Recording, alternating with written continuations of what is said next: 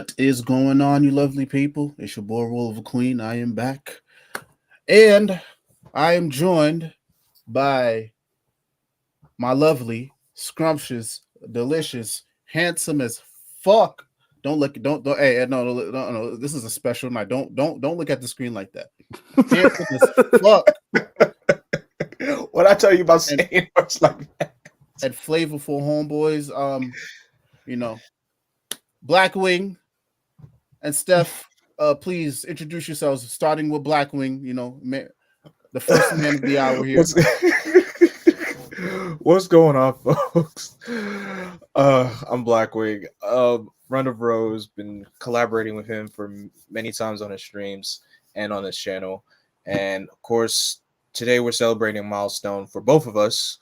Ro has reached 900 subs. I have reached 1,000 subs last year. One of the goals I set for myself back in 2024 was to hit 1,000 subscribers before the end of the year. And lo and behold, at the beginning of December 2024, I hit 1,000. And now, right now, my channel is sitting at 1,033 subscribers. I'm satisfied. I don't really have any subscriber goals for this year as of right now, but I'm satisfied. I'm just satisfied where I'm at. Oh, yeah. So just let the numbers come naturally. Look at her talking this shit. Look at her talking. See that 1K glow. Let's go. All right, Steph, go ahead. Reintroduce yourself, brother. Hey, it's me, Steph again. The number one brand risk on this channel. I don't have anything to promote, so I'm just here. I'm just here to say hi. Just here to say congrats to both of you, obviously. Thank you, sir. Big milestones for both of you. And I don't know. We're just gonna chat. We're just gonna chat shit for the whole night. We're just gonna talk about everything going on, comics, life, them bum ass Power Rangers Prime suits. I don't know. We'll get into it. Yes. We'll get into it. I don't know. I don't know, bro. Take it away. Word. And yeah, like I said, we here to celebrate, two great milestones. I hit 900. Yeah. I went from 600 to 900 in like literally little over a year, which is crazy. And I know I've been skipping all the subscriber parties. Like, listen, life has been crazy this past year. So I really didn't have the time. And in my defense too, like it felt like every other week we were hitting milestones. So it was just like, well, I can't even celebrate what I want to celebrate anymore because that's how much the channel just kept skyrocketing. So I do apologize for that. But once I realized, Blackwing was about to hit his big 1K and I was about to hit 900, you know what, man, let's collaborate. Let's party it up together. So here we are, man. And I see some people in the comments already. Don't worry, we'll get to y'all. But yeah, we'll get to y'all. Don't worry. Yark 9, I got you. But we gotta do the tradition here. So start off. I got some old fashioned. Fellas, let's have a good night tonight. Cheers. Yes, bottle of water, so I need something to drink. Same. So I'm not a drinker. Cheers. Yep. So before we jump into to like the hot topics, but yeah, Blackwing, talk a little bit about the journey, man. How was it for you finally reaching that 1K? Because I know there's a lot of YouTubers out there. It looks like everybody's in the game, but not everybody's in the position that you are in particular. Man, a lot of people start, they don't get there. How you feel right now, bro? You're sitting at 1,033. How do you feel, brother? I feel great. And like you said, everyone is jumping into the YouTube trend nowadays. And I could say for me, it's different. The YouTube game is very different now from back when I first started. I started literally, I've been doing this for like 12 years. 12 years? No, 11 years. This year, by the end of this year, will make 12 years. So I've been doing this for 11 years now. the audience, first of all, the YouTube mechanics were different way back in the 2010s versus what they are now. So you had to deal with that. You had to deal with different, trends that were happening. So many things that you got to find that's like niche and just suitable for you that you want to talk about. Like for instance, how I started, I didn't really have like a specific, how should I say this? I didn't have like a specific uh title or genre of things I want to talk about. I was just a black nerd with a computer, and I figured, okay, let me talk about let's make a YouTube video about something. So I just started wanting to talk about like comic book related stuff. I started doing reviews on movies. I even did a little bit of time doing like little voice acting videos. Like everyone has their start out period where they just want to try something different for every single video that they do.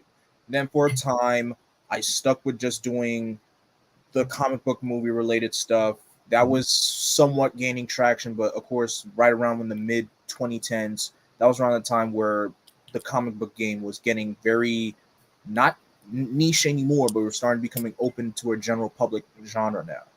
And to the point where it's just like, okay, everybody's doing it. So of course I had to switch it up. I mean, I've tried many different things. I did casual live streams for myself. I've done videos where I would actually read a comic book live, like a specific storyline live. I did like Blackest Night. I did World War Hulk. I did Infinite Crisis. I did all these different comic book storylines. You crazy for doing Infinite Crisis, by the way. You crazy. No, just not okay. When I mean just the main 7 issues, not the whole event as a whole. Just the main 7 issues. But wait, yeah, hold on. I did. Give me 1 second. It says, hold on. It says everybody's mic is on. I got one person here that says they can't hear anything. Hold on. Hey, y'all in the comments, do me a favor. Yark says he can't hear anything. If y'all can, any one of y'all that's not Yark that can't hear, let me know in the comments. But it looks like looks to me that I mean, I could check on my end to see how it sounds. Yeah, I just checked the video. Looks like we're doing good. Yeah, let me see. Yeah, I just checked the video and I can see your sound. Yeah, it sounds good from where I'm sitting. It's probably just you, Yark. Yeah, the audio's coming through. Okay, right. But yeah, my fault. I didn't mean to interrupt you, but go ahead. No, you're good. No, you're good. So yeah, I again, I tried mainly wanting to stick with the comic book trend because I'm a person that loves talking about comic books. I know comic book movies are the basic trend center now, but I like to appreciate the source material and talking about comic books. But again, we have so many YouTube channels that's dedicated towards that. So I'm just like, I don't think I need to toss my hat into that ring. So I decided to switch things up. And literally before the pandemic hit, I decided to watch every single season of Power Rangers at that time, every single season from MMPR all the way to Beast Morphers, and review every single season. And thankfully, that actually did numbers a bit. So me talking about Power Rangers, especially being the Power Rangers fan that I am, I was the kind of person to be like, should I really do videos on Power Rangers? Because not a lot of people, people still joke about it, but it's still, when you think Power Rangers, people are mainly considering fans of MMPR, but to the whole overall Power Rangers fandom and the whole Toku Twitter fan base, there's a market for it, for these type of things. So I was learning about that.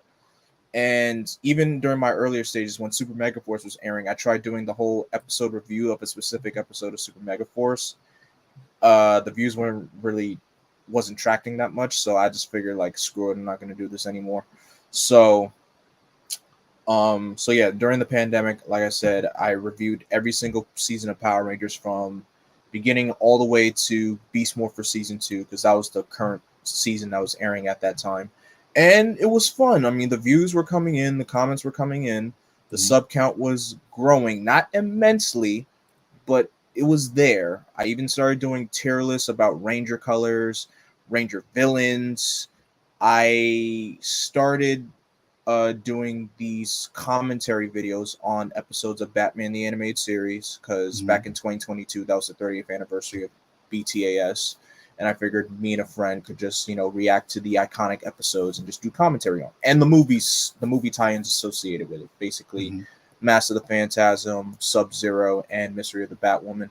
The views weren't tracking for those, but me and my friend that did it, we had a good time making those. I mean, granted, the view count wasn't as good, but we had fun making those. I'm not mad at it. And then I tried doing it with Superman the Animated Series, and of course the views still weren't tracking with it. And then all of a sudden I had this idea. I was just like, you know what? What if I react to Super Sentai live on Twitch? And then and just review the season afterwards, because I've been watching Sentai since like 2016, and I pretty much seen every season from the 90s onward, every Sentai season from the 90s onward. So basically I know what I'm walking into, but the audience doesn't know what they're walking into.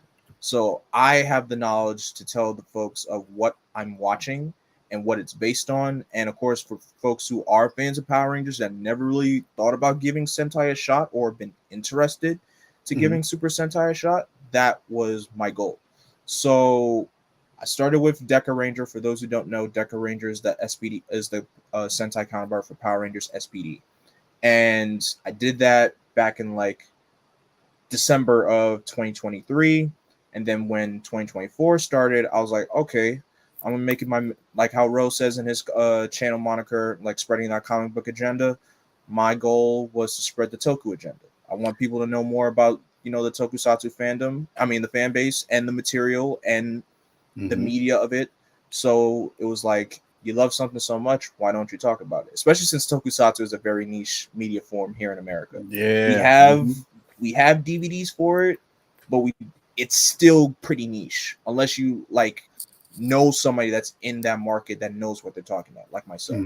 So I've watched from Jetman, which premiered in 1990. Well, scratch that. 5-Man all the way to Time Ranger throughout all of 2024. Every single month of 2024, I was putting out a Sentai review video. That brother was grinding, y'all. Let me tell you, that brother was grinding. You have no idea. Like the fact, look, even when I had to, like, first of all, the amount of not even patience, but the amount of energy I was draining myself just to watch these episodes on Twitch, especially if an episode was like kind of lacking.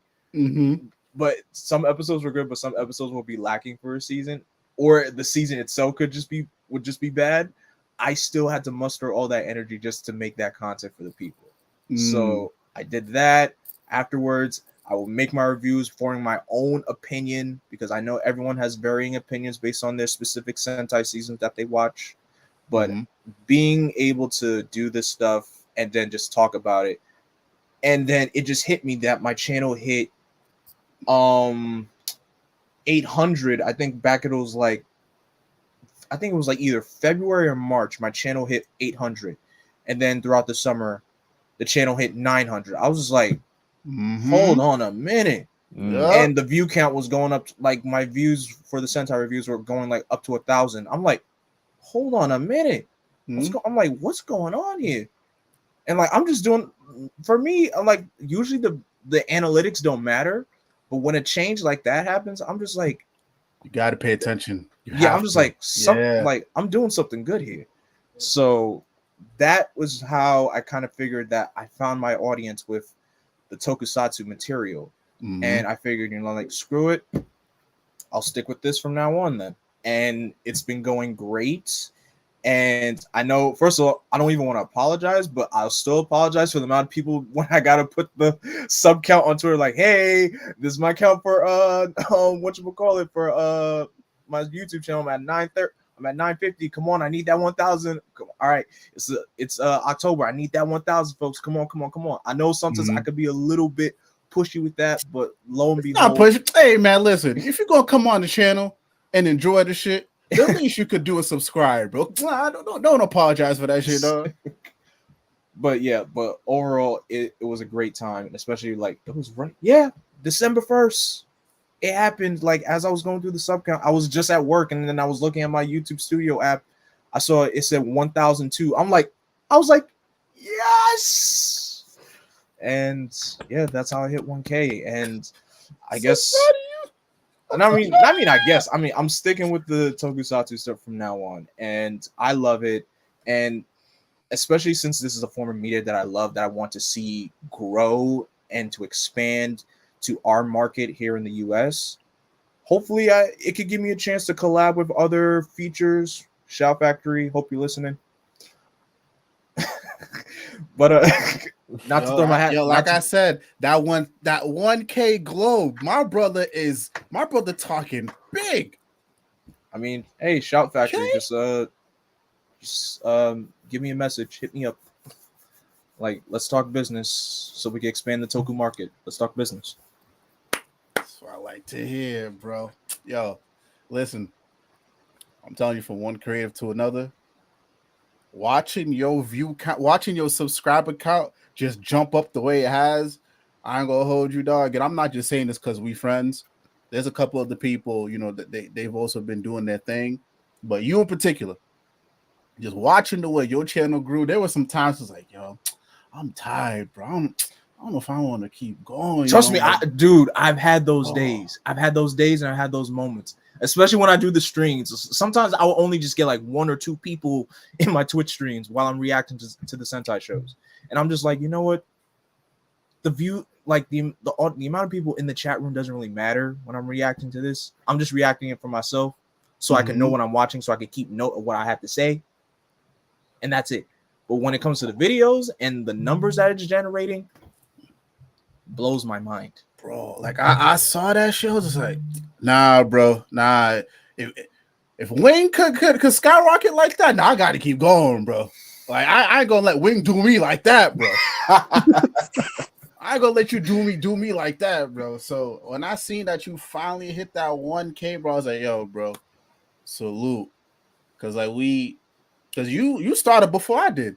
Yeah, I did. Yeah, you started way before I did, man. So the fact, once I saw that you hit that, I was like, you know what, dog, I got to keep going. And like I said, bro, I'm proud of you, dog. Sometimes you said it took you 12 years and you finally finding your niche. Sometimes, and listen, this is just for everybody that's watching. My AirPods in the car. Look at this brother coming on my. What's going on, Q? It's good, y'all. What's good? But yeah, man, listen, this is for anybody, you know, that wants to get into the game. Listen, everybody's path is not linear. Like we have Q here who's working on his own comic book, you know, like publishing line. He can say to himself, it's not YouTube or whatever, but the path is not linear. The path of creative is not an easy path to walk. Yeah. And it's not. Everyone's journey is very different. You're not going to get the same opportunities as everybody else. And what I mean by that, you have other you have people who do TikTok or Instagram reels, and you may see them at a movie premiere for a specific movie or something else like that. It's a good dream to have, but don't compare yourself to that level. Exactly. You can't. Once you start comparing yourself to that person, thinking like, "Oh, I'm not gonna get invited to a movie premiere." Trust me, then that's gonna make yourself feel kind of worse. No. So you gotta keep in mind that the journey that you're going on is not gonna be the same journey as somebody else's. And take it from me, like I went to San Diego Comic-Con for the first time last year as press, and I didn't think I wasn't gonna be able to go. I went as press because I had a friend of mine who was like, "Hey, you want to come to San Diego Comic-Con? We need help with the press stuff." I'm like, "Shoot!" And I didn't think I was going to be able to do it with my finances. But lo and behold, the Lord allowed it. I went to California twice last year, San Diego Comic-Con and Paramount in the same year. Yo, I'm like, the Lord was blessing me last year, and I'm grateful for the opportunities. Like when the opportunity comes for you, it will come. Just know it's the key word is process. Yep. Just take the steps, take it one day at a time, one video at a time, and just know as you grow, as the content comes, the people will come. As long as you just keep it authentic. You good. That word as well. Keep it authentic. Be your authentic, genuine self. Because if you faking it, like how most of these content creators are, the ones that always be like, hey, let's get this video to like over 1,000 likes, yada yada, or doing some wild stuff just to get for clout or something like that, you're only faking You gonna yourself. fizzle out. I think the thing that you see with a lot of content creators, especially in our space, when you talk about authenticity, right, and being yourself, a lot of people, I mean, Ro and AJ talk about it all the time. A lot of people are playing toward the crowd, Mm-hmm. right? It may not even be their real view. Their aim may not be to make good comics or good content. It's just they know this moves numbers, right? For example, I sent an example of this to our group chat the other day, Mm-hmm. and Ro was like, "Yeah, I'm not feeling it." You know what I'm saying? Like, sometimes it's easy to spot it out when it's just like I don't want to say cash grab because nobody's creative property. I mean, I don't say cash grab, but like it feels easy to Mm-hmm. do at times. You know what I'm saying? And I know for me, it's kind of easy to spot somebody who's like doing surface level stuff. That makes sense.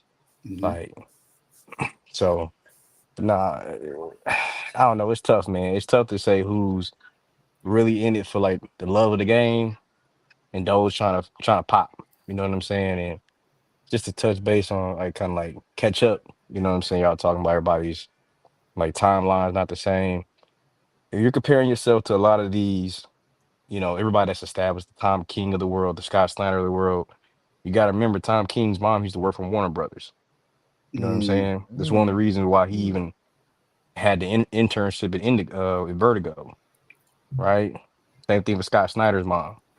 Mm-hmm. You know what I'm saying? Like you got to remember, some of these people have inside tracks that some of us will never get. So Mm-hmm. That too. Sometimes it's good to that, have that in.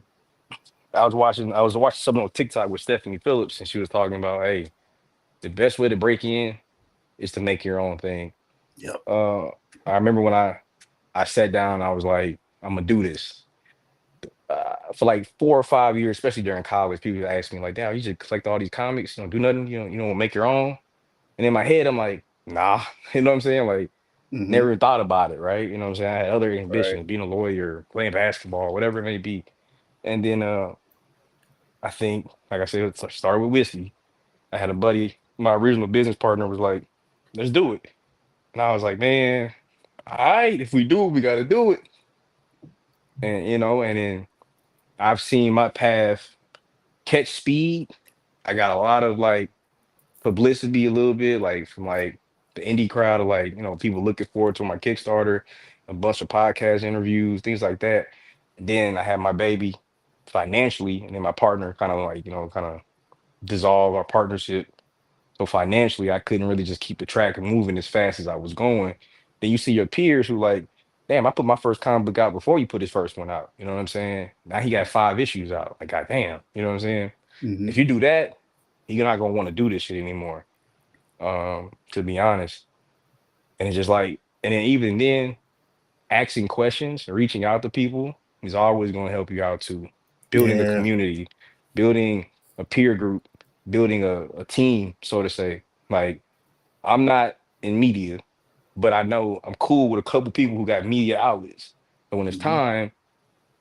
time, just friendship shit, pro bono type thing. Hey man, I need a live. I got you. You know what I'm saying? Mm-hmm. Same thing for when, if I see something, you know what I'm saying, posted on the timeline, I'm a I'm gonna share it, I'm gonna retweet it, I'm gonna like it, I'm gonna share it on all my pages, not just one. But that's just kind of how like just how that is sometimes. And I hear you, like, and to talk about a little bit like of my journey to piggyback off of that. I don't know. You guys always see me come up on here, and I'm always giving thanks. Always giving thanks because first when I started this out, you know, one of my biggest influences coming into the game, was like the comic historian, um, comic pop eventually. Eric July, love him or hate him, but yeah, I'm gonna give credit where credit is due. He deserves You it. know, He earned it. so I was taking a lot of influence from those guys. I was seeing what they doing, and I was like, okay, let me let me see what I can pull from there. So I try little things here and there. I tried to do the movie reviews, the comic book reviews, kind of like in a similar style that that they would do it. It wasn't really popping off as much. And then I realized, okay, well, I'm gonna have to pivot, a little bit. Let me try to talk about stuff that's more current. Let me try to give more in real time stuff, in real time thoughts. Maybe stuff that's less scripted. So I know for a little bit I was doing the deep dives and stuff, I'm gonna but beat quit ass to see off that bed. yeah, I used to do the deep dives and stuff, but the I'm gonna thing beat with her that is ass. you gotta you gotta devote a lot of time to that. Like you gotta sit down. You gotta read all these issues. You gotta make sure point A connects to point B. That takes a lot of time. But then you see your peers, they drop in video after video after video after video. And you like, Yeah, shit's God tough. damn. Yep. God damn. So and then I think the turning point for me was, I think there was a lot of heat with Jeff Johns. All the stuff with the Justice League movie came out. People that translated into how people are feeling about his comic books. And then I just decided, you know what, man, let me just put out a video where it's just unrestricted. I'm giving y'all raw thoughts. Boom, that video blew up. It didn't like blow up compared to, a lot of the other recent videos, but it started to blow up a little bit. I was like, oh, hold on, I got something here. Then I started to repeat that process in real time conversations, in real time talks, Whiskey you know, time. and My then we're like, bad. all right, cool. Let me try this. And then, Quentin mentioned, reaching out, building a community. I like talking about comic books with y'all on the timeline. I consider the people that I've had on this channel and the people that I have here now some of the greatest minds in the game, Appreciate it. right? So I'm like, you know what? Now hold Appreciate on, it. hold on, hold on. Now how can I find a way to bring everybody in into a bigger platform? I was like, all right, cool. Then we started doing the live streams. Then we just started doing recordings where it's just us talking about comic books. And boom, lo and behold, that done took my channel from 500 to now it's at 900. And I never thought I'd see it this quickly.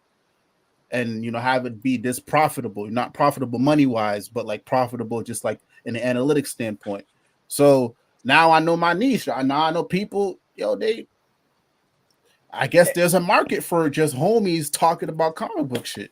And not I only mean, that's that, really bro, what you do, like I never see anybody like, especially with the deep dives, you actually analyze, and with reading all the issues, you actually break down the numbers and seeing which book is like going to be like the top 50 for the month, or like what's going to be the top 10, what's going to be the top 10 books for the month. That's a yeah. lot of work. And not a lot of people realize that. And plus, the ins and outs of how the comic book business works. Not a lot of people can say that. Yeah. Because, like, take it from me, when I started reading comic books, I was just like, okay, I go to a comic book store, I buy the book, keep it going. Most people don't know the reason as to why a series would only get like say 6 issues or Mm-hmm. 12 Mm-hmm. or be ongoing for like 50 issues or 50 plus issues for that matter. Not a lot of people know realize the importance of like, hey, and you've been saying this, like if you want the series to last longer, buy the book. Yeah. Also, just to add too, like I think another thing that makes you stand out, I follow. It's funny because I don't call it hate following, but I follow people who I study their content, right? Kind of like the rationality behind it. And a lot of people I notice, you know, they try to either not really necessarily be decisive, but like they'll say a take like Goku, Goku can beat Sailor Moon or Sailor Moon can beat Goku, whatever it may be. Some kind of hot take that's not really a hot take, but they know it's gonna cause an argument, right? Like if I use let's use Frankie before the DC deal, right? Mm-hmm. Frankie's content was very pessimistic, so to say. The ideal was to enrage people who defend Batman or defend Goku Mm, and that kind of thing, right? And then it pivoted to I'm almost never saying nothing bad about DC. right? At first it was all indie, but she got the deal, right? So it makes sense. Mm. Her content kind of pivoted. You look at somebody like King Lion. King Lion is trying his hardest to get noticed by Marvel. His damnedest. You know what I'm saying? To the point to where he won't even give like uh, a unbiased review, Mm. right? And then to bring it all home, some people are trying so hard to be politically correct all the time, and you kind of Fuck just that. I'm gonna say the truth. You know what I'm saying? Like Mm-hmm. I'm gonna say what it is, right? Like this is the situation. This is there. I think that's why me and you click so much, like Mm-hmm.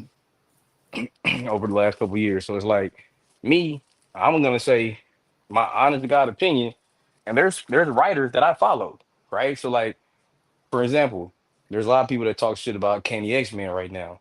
Gail Simone follows me, right? So it's like Mm-hmm. I'm not gonna sit here and bash her book when she can see it. You know what I'm saying? Like, even though I'm one of 3,000 people that she follows, but it's just Mm-hmm. respect. You know what I'm saying? Because I ever meet her, hey, big fan. You know what I'm saying? Enjoy and just enjoy picking your brain type thing. And like I said, that's part of the business. It's called self-preservation. At the end of the day, like hey, just like I always think about like Greg Capullo, man, Greg Capullo, Mm-hmm. Pulo. I'm tripping. He used to follow me, and I ain't gonna lie. I think I told you this. Like I smoked that like back in '09, 2020, like 2010, because I was just reposting smut, not thinking, you know what I'm saying? Like I'm not because at first I'm not even thinking people can really just see my retweets at the time. You know what I'm saying? So I'm just retweeting away, just willy nilly, and I'm like, well, maybe he don't want to see a big jiggly ass just on his timeline like that. You know what I'm saying? And it makes sense. So I always said that if I ever bump into him, I'm definitely gonna bring this up to him. And hey, my bad, bro. You know what I'm saying? So, uh, but nah, man, it's just your content. Like I don't know. Like I like the fact that we can have that raw opinion, that raw conversation without being so formal all the time. I guess if we want to come the formality of it, a lot of Yeah. people try to be too formal with the structure. I think that's what Nah. I'm trying to say, and it's just. Nah, and like I get it. I want it to be format at some point, but just like I think that takes the fun out of it. I But like you think said, you brought up Eric July. Not to cut you off, but like you brought up mhm. Eric July. He's not so formal. Like the thing about it, No. like you said, hate him or love him, he's not. I will say this: a lot of his takes are in the right place. I just think he doesn't have a lot of black friends. He didn't grow up in a traditional Mm. black situation. Not saying he did. I don't know him, but I'm just saying like he's in a rock band, a heavy metal band. He is he's anti-government. It's just certain things that track with being alternative black guy. You know what I'm Mm-hmm. saying? If that makes sense. I say that because I've been that guy before. You know what I'm saying? So like in my peer group. And then I just think, because of the platform, he can kind of say some things like when he disses Miles Morales, it's gonna what's gonna follow that once it gets traction. Mm-hmm. It's a hate video, but in actuality, what he's saying is that Miles will never be considered Spider-Man without saying his name. You know what I'm saying? And I get Mm-hmm. that. Yeah. I get it. I don't. I know he's Spider-Man, but I do understand. Hey, I gotta say Miles Morales Spider-Man every goddamn time I'm talking about the Black Mm-hmm. Spider-Man. So especially Yep. to just differentiate the two. Yep. exactly. And then you've made it to the point in Marvel. This is really Marvel's fault. You've made it to the point there's so many fucking spider characters that like you can't really even care about them. Like it don't really matter anymore. Like that's one thing. Oh, that's a whole nother story. Spider IP, but Mm-hmm. they've watered it down so much, trying so hard to be diverse, trying to give a Spider-Man for everybody, not understanding and rationalizing like the core concept of Spider-Man is that anybody can be him. The diversity part is already taken care of. Mm-hmm. It's already taken care of. It's just the person that, oh, I gotta see a black man or a black woman come out of a spider mask to feel like I've been seen. And that's the crazy logic. That's where you Mm-hmm. get the air Julys from. Yeah. And you know what I'm saying? So it's like, and like I said, I get it. Everybody Yeah. want to see themselves. We talk about this all the time, but the way to do everything. Yeah. And Um, and it's just his, like that's why I say I have no shame in who I take influence from. I have no shame because if I wouldn't be here without them. You know, hey, I'm not ashamed to say before, you know, he kind of went like full tilt. I was in them chat rooms. I was hanging out with them folk. We talking comic books. We doing our thing, and I got little tips from him here and there. Like if I'm doing live streams the way I do now, that's because of him. Because he was always doing live streams. Mm-hmm. So it's just like a lot of like this game, to circle it all back. It's take influence from who you look up to, try to find a way to spin it into your own and be authentic at the same time. Mm-hmm. And then over time, you're going to find people that naturally will gravitate towards you. And that's just the name of the game. Like for me, it really took a while to like start to realize, oh shit, like, wow, people just like unfiltered comic book talk, and people especially enjoy it when it's like with me and other people. So I'm like, I'm going to keep replicating this. And honestly, yeah, I'm happy with what I do. And the best part is I could do it. I could branch out in every single part of the comic book realm. We could do it with movies. We could do it with actual comic books. We could do it with video games, anything. So I found my niche and I'm happy. And like, I'm not at 1,000 yet, but I feel like, damn, at this point, I'm probably going to hit 1,000 in the next month or so. Mm-hmm. So I'm very happy. Again, I'm very happy for you, Blackwing. Steph, I'm very happy. I'm happy to have you here, Steph. I'm just gonna be. Every time Steph is here, I'm just happy. I love Steph. Man. Steph is Steph is the homie, bro. Like, let me tell y'all something about Steph. I know this is about me and Blackwing. I'm gonna tell y'all about Steph. All right. From when I started on YouTube, I think me and Steph have been following each other. Steph. And I also want to give a shout out to Patty as well. Steph, Patty, I think Tevye as well, if he's watching. There's a core group of people. There's another person that is always that was always in the chats. Infinity Melon, KJ, assume I always mess up his name, but yo, I remember all of y'all, bro. All of y'all were always in the chat, even if it was just me and y'all. We had a blast. Yeah. We had a fucking blast. I did. I'm never I you never want the rest forget, of it? yo. So there's only like blast left. Thank you, to all you guys, and thank you to everybody who just recently just hopped on, whether it's at the last year, last month, or whatever. I appreciate all of y'all, man, because I'm not here without y'all. And yeah, I'm always gonna keep it authentic, man. Like, listen, if somebody from Marvel or DC get their feelings hurt about what I say, I'm sorry, I love you, but at the same time, fuck you, because I'm gonna say what I want to say at the same time. Nah, for real. I'm sorry. I'm sorry. Like, there's no bag you could throw my way that's gonna make me water down my shit. The moment I gotta water down my shit, there's no cookie cutter way to put it. Nah, I say it all. Listen, I've given all my favorite writers shit. All my favorite Joshua Williamson, I love him. I've been on live streams with AJ and Quentin. I've given him shit. He was the most apprehensive about the run than I think me and AJ. I think he was the one that didn't want to get his hopes up the most. No. Especially when before we knew it was gonna be ongoing.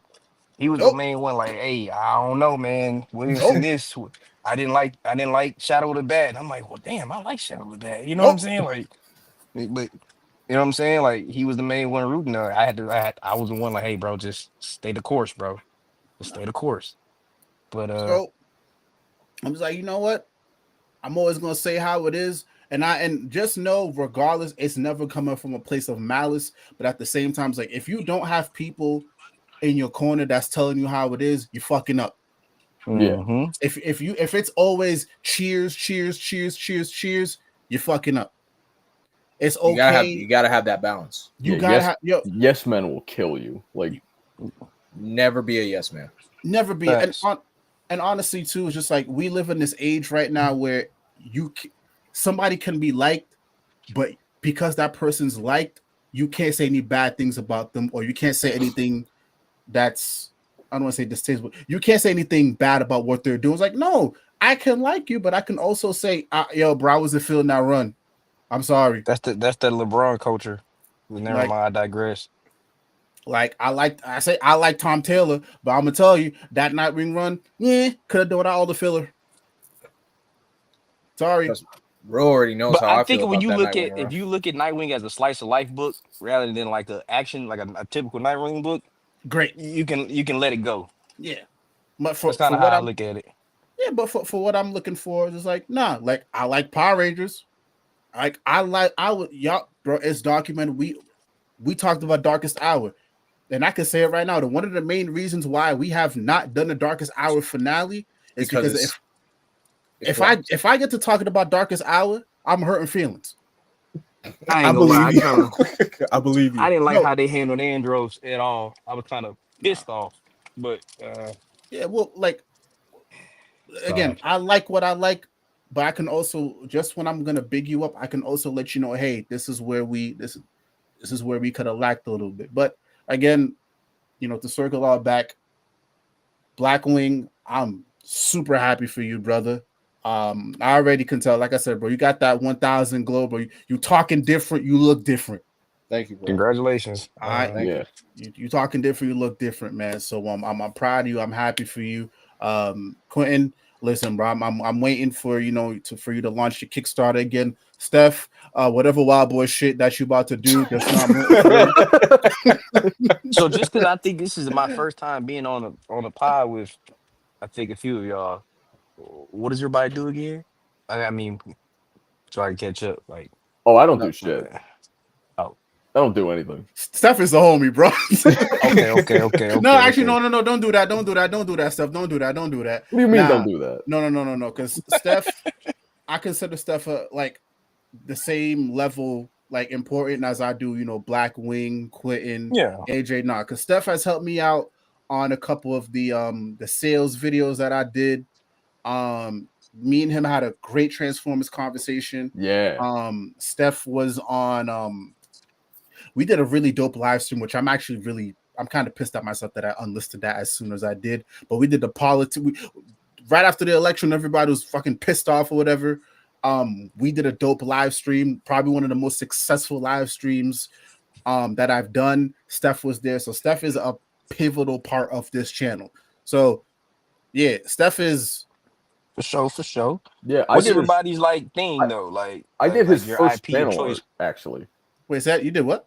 I did your first channel banner art. Oh yeah, you did. That's right. Yep, Steph Yeah. did. Yep. Did you use it? Because it kind of sucked. Did you use it? I think I still have it. I don't know if I used it, but I still have it. Okay. All right. Well, Yeah. I mean, it was ass. I'm just gonna say it was not my best work.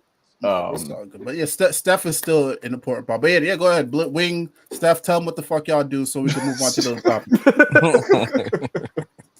topic. Nah, basis of what I do. I talk about tokusatsu on my YouTube channel. Tokusatsu is basically Japanese media, live action Japanese media with special effects.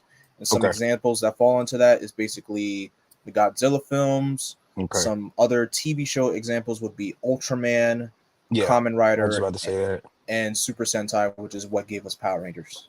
Yep. Got you. All right. Steph. I don't do anything. He said he doesn't do anything. I don't do anything. So there's that. I don't do shit. I don't have a YouTube channel. I'm barely on Twitter. I don't do anything.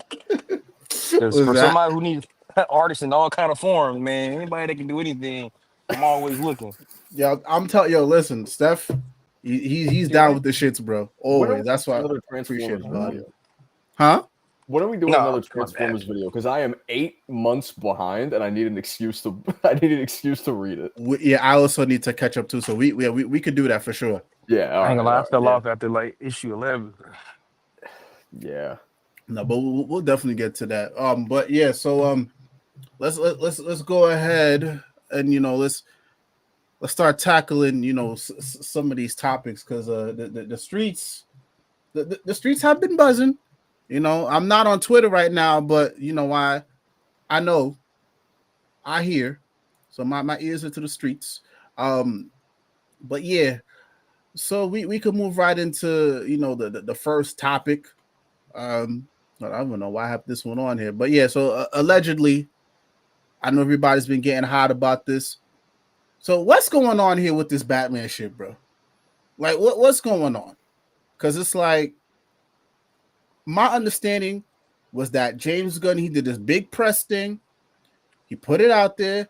Hey, these are slated movies that we have. We're getting a new Batman. You're gonna be with Damian. Cool. You're gonna see the rest of the Bat family at some point. We're doing our own thing, Brave and the Bold.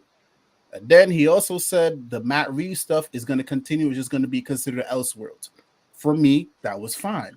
Cool. Keep them separate. The Matt Reeves verse is successful. I know it made bank. It would be stupid to get rid of it. Keep it in its own little pocket universe. I'm doing my own thing here. We're gonna get a new Batman and we keep it moving. Like, what is the problem?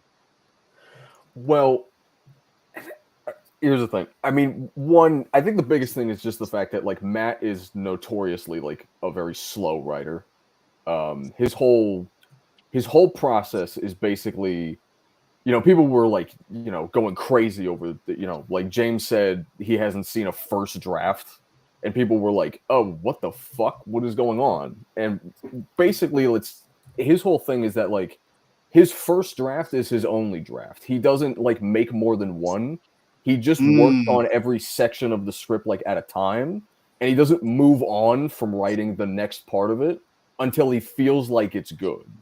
Okay. He revises and rewrites it as he's making it. So his first draft is always like his only one. And obviously there was, the writer's strike, a lawsuit that he had to win. Because there was a guy saying like he copied their script, and obviously we don't have to get into it because it's not our business, but there is a whole bunch of rumblings about his personal life. Him allegedly going through a divorce. Matt Reeves? There's a ton of shit that's just taken him away from writing it. Oh damn! I didn't even know that shit. Yeah, again, we don't have to go into it too much, but he's got a lot going on, and it's. I mean, looking at the timeline, it took him 3 years to write the first one. Mm-hmm. So he's really not that off track. He's not really moving a lot slower than he was. Mm-hmm. It's just that people probably didn't know that he started writing the first one in like 2017 and didn't finish it. Didn't start if he's filming moving it. slow. Yeah, it's he moves probably slow. because all the mandates they gotta navigate, and then the timing of everything. Everything has to be timed. Because I think. Oh my bad, I'm cutting you off. Shit, No. Go ahead. 2-part answer to your question, Ro. One, I think Batman's already the actor for the Batman for James Gunn has been announced. I think I think they did it through Creature Commando episode 5. No, they didn't announce like an actor. Well, yeah, but I'm saying that because if you look at the physique of Batman, the silhouette, it does look like, and that's supposed to be the Batman for the DCU, right? Yeah.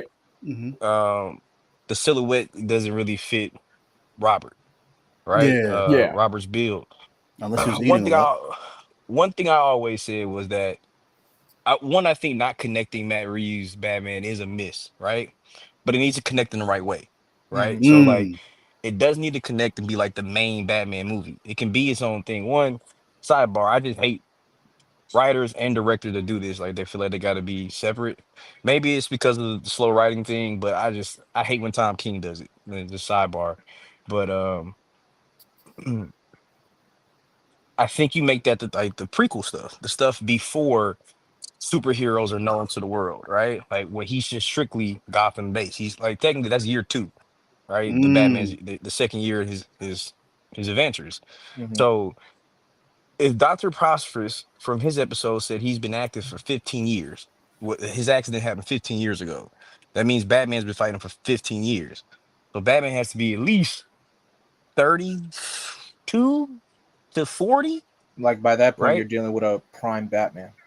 Exactly. And then you look at the castings that he's had. You look at who he casted for Mr. Terrific. You look who he casted for Guy Gardner. You look who he casted for Hal Jordan. You look who he casted for Hawkgirl? John. Yeah, for John. Yeah, he's basically creating this universe where like we're not doing origin stories. We're we're giving you a already in the legacy era of yeah, DC. Is we're Yeah. basically giving you what you're already doing. established heroes. So Mm. if what I feel is so from my rumors that I've heard from different sources that I've kind of been going to for years, and from what I visually saw, it makes sense that it's Alan Richardson, right? But he can't really announce it yet because he's still doing Fast 10 Part 2, And right? he's still He's doing still what you call a Reacher. that drops in Alan, wait, hold on. February. Alan wasn't. Oh my God, he was in the last Fast movie. I Yeah. forgot. And then we don't even know if that's gonna be turned into two more movies. So Oh yeah, that's right. Yeah. he has to I wish Vin Diesel didn't open his mouth about that, but that's a conversation. No, for it's another not day. even a Vin Diesel thing. I think that's he's Warner Brothers. yeah, it's a universal because Vin Diesel's. I think the way Vin Diesel would want it, he wants to go back to street level, and Hmm. he wants to close it out. But Universal's like, can we got something here. Could we we? got some? Can we do a 2-part? You know what I'm saying? Yeah. But And oh, hold on, but I think we got a comment here. Emmanuel said it depends if Dr. Phosphorus became a crime boss before Bruce ever became Batman. How do we feel about that? Because I'm not watching Creature Commando, so I gotta let y'all. Okay, I didn't finish mm, Creature Commandos, but I saw the clips of the episode, especially with the Batman appearance, and saw how that was trending for like that day when it happened. I believe the crime boss in that episode that was Rupert Thorne, right? yep. Okay, so again, this when you look at Batman's history, he's only dealing with gangsters only. Rupert Thorne is an example. The Falcones, the Maroonis, all those mob families are basically year 1, year 2, year 3 Batman era. So you have Dr. Phosphorus, who's basically this is now we're entering like the metahuman era where we have individual with specific Hmm. powers or specific abilities. So that's basically the case of what people are getting at. Oh, okay. Mm. And But what about you to answer that, Quentin or Steph? that's tough. I mean, that just depends if they got the nuts to even fit it in like that, right? If you just take it off surface, just what was said, right, and don't speculate, then I still think because he said it, like to have Damian, Nightwing, Red Hood, and Batgirl active, Bruce can't be in his 20s, No. Yeah. Mm. right? He can't be in his 20s, Yeah, there's a right? Teen Titans movie that they're gonna start filming like Yeah, so Oh, it's this like year or I something. always keep forgetting that. I keep forgetting that's so on it the depends on slate. what that Teen Titans is. If that team, I'm tripping. We already know Nightwing's supposed to get a movie. Maybe not. It may happen, may not happen. But if that would say Bruce, Dick is in his 20s, 21, 22, 23 at least. So I'm leaning towards that it's gonna probably be Alan Richardson, right? It would make more sense based on seeing the Superman's trailer that is Robert Pattinson, and you say scrap doing the Bat Family, and maybe you just do Robin. I would take that. I would much rather that be executed correctly than us taking a risk of doing too much, right? Mm. Superman trailer like it's balanced. It looks like it's gonna be maybe Superman joining a fight, and that's how you get those cameos or whatever like that. Mm-hmm. That's kind of what I'm thinking. Sort of like the Batman did it, right? Like the Batman, like you had like 6 or 7 villains in there, like, but they weren't in the movie. You know what I mean? It was Yeah. just focused on Riddler, Catwoman, Penguin, right, and Falcone. So if you go like that, and the same thing's been rumored about number two. Number two is supposed to be Hush, Clayface. With Clayface, you can have damn near anybody, right? Mm. So, um, And then you also got this slate with James Gunn announcing a Clayface movie, which and that's again, spinning out of Creature Commando. So, um, I just I don't want to show know. the Hush thing. I just want to show Hush. that's the I got it. 20th anniversary or 25th anniversary. No, No, the compact. The compact. I got it. Oh, Yeah. I can see. Yeah, looking at the size. I Yeah, got it. that's $10. Go get Ooh, that I shit, y'all. think $10. Yeah. But Ooh. continue. I think you'll find out who plays Batman either on Batman Day and or Oh, Oh, or when the new Hush series debuts, because it's already been rumored they're gonna do a reboot for Batman. or a reboot line wise, right? Mhm. I'm leaning towards maybe just Batman has a small reboot, but I think it'll be a status quo shift, right? Like Oh, somehow we get Alfred back type of thing and that kind of shit, right? Still waiting for Even though that I to felt happen. like Chip could handle that, he could have just brought Alfred back from the Red Mask series, but whatever. We could have gotten to our multiversal bag, but I'll digress. okay, But okay, I think that's what's gonna happen. I think something's gonna happen with the Absolute line that's gonna bring Alfred back to the main universe. Especially if you read Aquaman, I think a lot of things are starting to kind of tie on the comic book side. But I think that's gonna lead us to getting the answer to who's playing Batman, how this timeline works out, and yeah, okay, okay. T1, yeah, Thousand. T1000. Thank you. I saw your earlier comment, but thank you for popping in. And he said wise take. He said wise take. So yeah, both. I don't know if it was to both of y'all or one of y'all, but he said wise take. And we got Tab S23 said James Gunn said that the silhouette Batman cameo appearance in Creature Commando has no bearing on what he'll look like in live action or what actor will be cast. Gunn doesn't want to commit yet. So yeah, I get yeah. So I guess it goes in line with what you were but that saying goes too. back to what I said. Yeah, Yeah, yeah. So you can for do the silhouette, and you can mhm. have that exact. You can have somebody make that exact argument that he just made, and you can have somebody make my argument. So it buys him time to figure it out and cast accordingly. And two, it gives Matt time because it just depends. Whoever gets that script in first is how we're gonna go. I can tell you Yeah, right there. Right. So if the Batman two gets done, then we're gonna go there, and then that's gonna slow down the process of getting the Batman movie or the Brave and the Bold movie. And then if the Brave and Bold thing kind of gets kicked in, you might see even more slowdown with the Batman. So I don't know.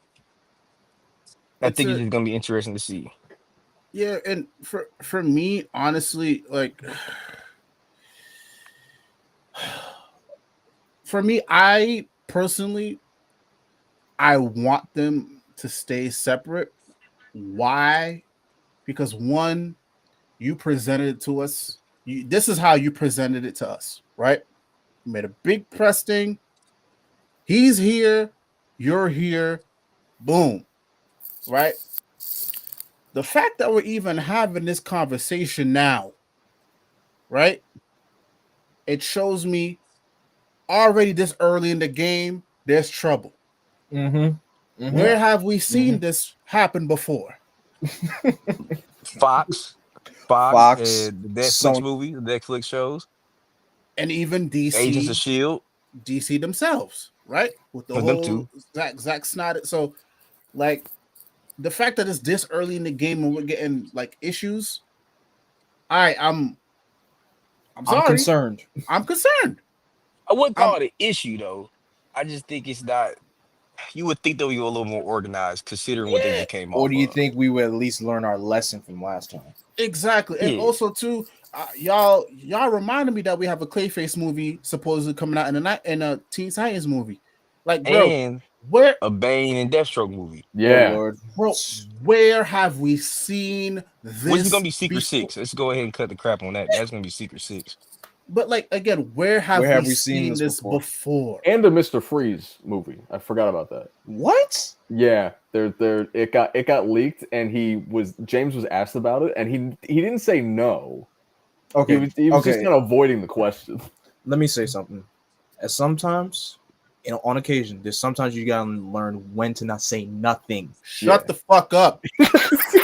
Exactly. I don't even think we're gonna get the Freeze movie because one, it depends on how Clayface is received, right? So Yeah. technically speaking, if you like the Joker movies, like the Joker movies, more love to you.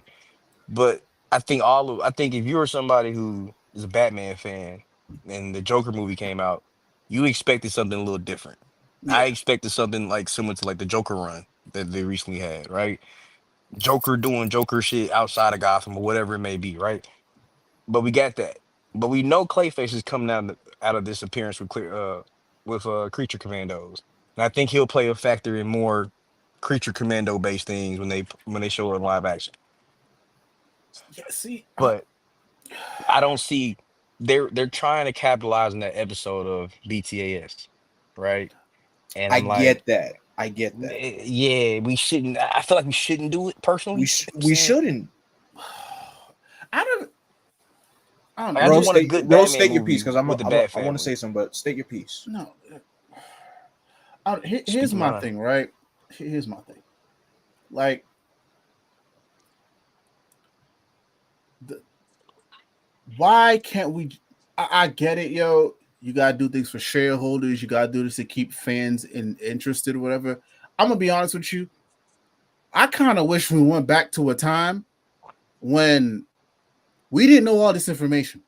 Real shit. No, Right? no. I'm being 100% honest. I wish we went back to a time where we didn't know all this information. Because the problem is that when you throw out all this information outside of just the usual press, I get it, press, blah, blah, blah. But the problem is when you throw out all this information, then we start hearing issues of, oh, there's going to be conflicts about if this happening or is this happening. This is when people start to get worried, bro. Like, bro, why do we need to know we were getting a fucking Titans movie? Bro, the universe just started. The Superman You movie really didn't shouldn't even even come tell out yet. nobody it's gonna be separate. Why To do be we need to honest, know that we're getting a Clayface movie? Creature Commandos even fucking come out yet. There's Am a I Sidebar, making Sergeant how do y'all Watson feel hold on, movie. about Creature am I Commandos? making sense? Am I making sense? You're No, making you're right. sense.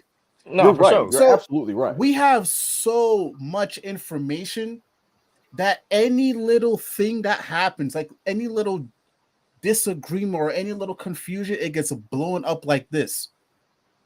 We don't need this much information, y'all. We don't need to No, know. I Why do agree. we need to know? Oh, we'll see you. To be honest, we didn't even need to know this. This is not our business. No. This is not our business. We need to start having these honest conversations. This is not our business. Now, if they no, I'm being honest. Like now, No, if I'm agreeing with you. no, now No, for if they sure. are having those conversations internally, that's a different story. And if when the movies come out, there's like, oh yeah, there was a period of time when we didn't know, if this was gonna that's different. But when the Batman movie, the second Batman movie hasn't even come out yet, and then we have a while away before Brave and the Bold comes out, and then we hearing all this different, bro. Honestly, bro, I think that's the problem. That's my biggest issue with the comic book game right now, especially when it comes to the movies. Mainline comic books, we don't really deal with that too much. We don't deal with that, but I'm talking movies. It's information overload. That's the problem. That's the main problem I see here. So to go back to my point, I would rather them keep it separate. If it gets to a point where internally, cool, maybe this is not the best idea. Somebody said something like, "Oh, we can't have two Batman movies running concurrently." I don't know There's like why. 5 different Batman comics running. I can name all of them. Batman, But you know what they should have did? Not to cut Detective you off. Comics. Yeah, go ahead. We give a lot of shit to M. Night Shyamalan and how he does things, but the way he wrote out Split being a sequel to Unbreakable is just like how they should have handled this, right? Like, let the Batman come out. Let us speculate about that movie. Then drop Brave and the Bold, and you're initially gonna think that's a Batman and Superman movie, right? Not necessarily Right there. There a you go. Batman movie. There you go. So don't even tell me it's a Batman movie. Don't even tell me we're gonna have a Batman Bat family. Just say this is a older DC. This is an established DC universe. Most of you guys know these characters. We don't have to rehash origins. When we're done, that's his entire mission statement right there.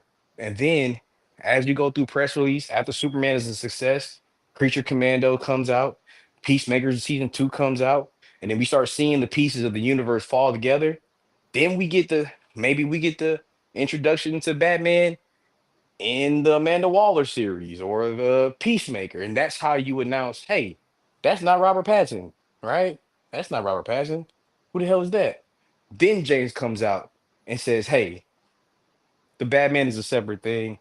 The Elseworld series, we're going to keep it like that. We're going to let Matt Reeves and Robert do their vision of Batman.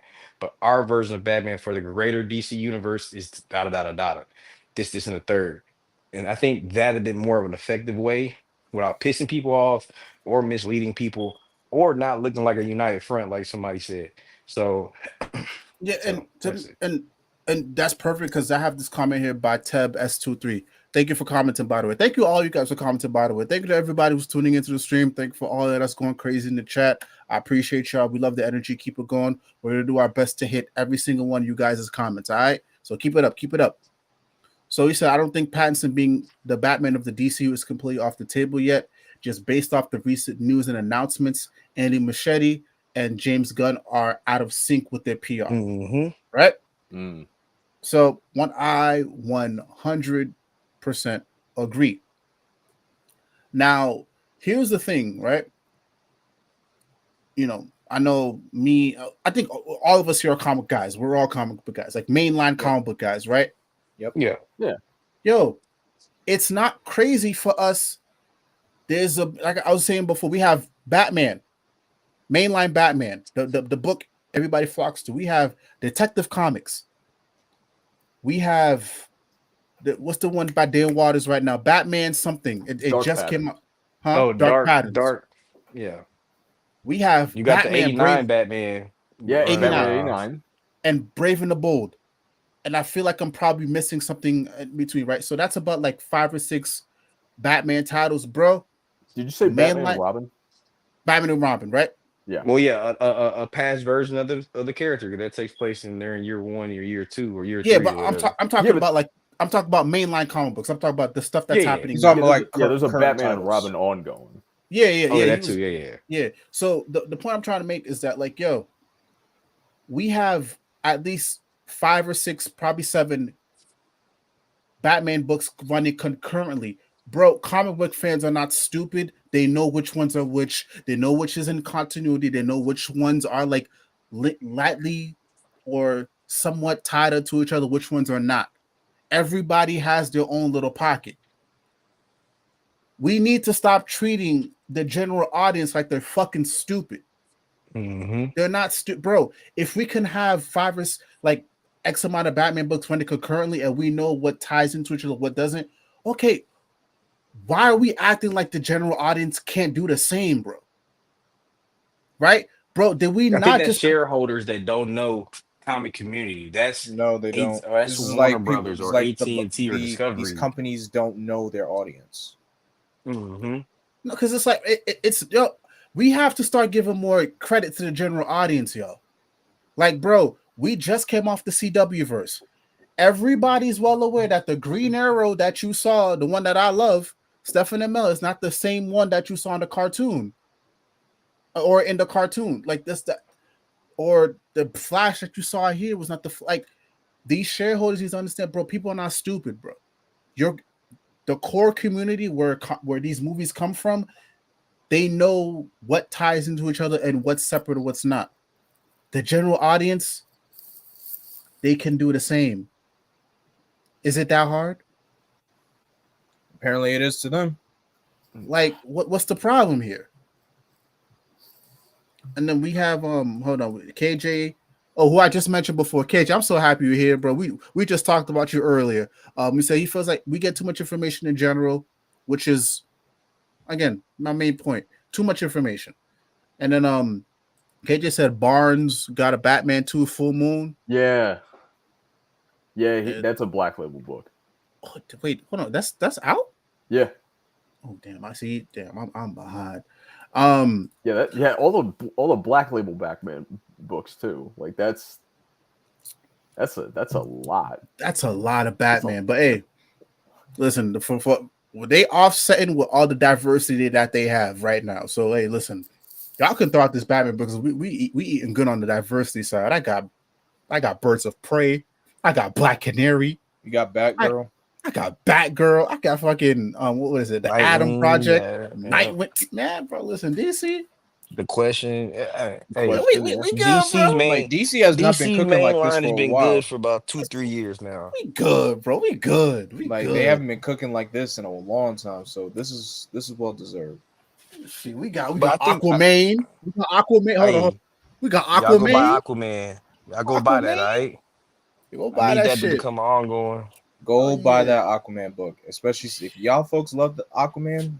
Buy that Aquaman book. Aquaman. Hell yeah. And then Yark said Robert Pattinson, Batman can't take on Clayface and Dr. Phosphorus. Don't do Robert Pattinson like that, bro. Come No, I on. mean, we don't know that no, yet, no, no, technically. no. I love him. I love him. I really do. But he will get folded. That is a But I mean, shit he's not matchup. there yet, though. You know He's what I'm not saying? He there. hasn't met a meta-human yet to even make plans for it yet. So You know who could this though? is, Ben Affleck. Didn't Yeah. Ben Affleck could though? but he was 40. He Like, was they he was these 40. these Batman films have barely scratched the surface. We're trying to use metahumans. Period. Exactly. Oh shit! Oh, for real. But And that's just the truth. And you look at the past repertoire of Bat films. Like, name one metahuman, like an actual supervillain with metahuman powers. That's not Poison Ivy. That actually has powers in a Batman movie. Yes, No, Poison Ivy has powers. It's like, it's give me just give Poison me Ivy. somebody else. But I think the one in the movie didn't have powers. She was like the one that was on the animated series, I think. I don't think she had powers in Batman and Robin or Batman Forever. Kid just said, long time coming. We'll see what happens. But the Penguin show is well received. Yeah, yo, I need to. I'm sorry, I'm behind, but I know it's over now. I need to watch Penguin. I'm sorry, I had to skip on. I've heard the positive reception on Penguin, but I told my friends, my mutuals, that I wasn't watching this. They told me I was they told me I was crazy. Look, I understand. It is pretty good. I understand, and I know how good it is. The timeline was going crazy, especially when the finale happened. Oh yeah. I just feel that I don't want to. I just choose not to support a series for a character, especially for a villain, that I feel like they should headline their own thing, even if it's just a miniseries. A miniseries, fine, but if we're treating this as like an ongoing thing, like for an ongoing series, I feel no need to support it. That's the same thing I had with Agatha. And that's a different thing. Okay. I respect. All right. I mean, Agatha was. Say it. Go ahead, say it. Go do it. Say it. Well, okay. Agatha Streets are was saying it's like, good though. Hold on, time out though. Streets no, are saying Agatha was good. Agatha was good, right? And I said, all right. So hold on, let me say this. It's two pronged. So I like the Penguin, but I say that, and I haven't finished like past episode 2 yet, right? Beside the point. Agatha was one of those movies where like the internals, right? They hadn't had a movie geared to a certain group yet for a while. So that's why it was loaded with like it was like Dharma and Greg Marvel show. You know what I'm saying? That makes any sense. Like the jokes, you know what I'm saying? The I top got you. subject Yeah, I matter got you. main characters. You know what I'm saying? And that's cool. It was, but besides that, that's like the surface layer. But besides that, it was good. It was a good telling of how to introduce Billy. You know what I'm saying? That's basically what it was for, to set up Billy. But you couldn't make Wicked the headliner. You know what I'm saying? Yeah. Agatha had some juice from I get it. the Vision. But like Rose said, like the fandom ain't stupid. Like calling the character the teen, the fandom ain't stupid.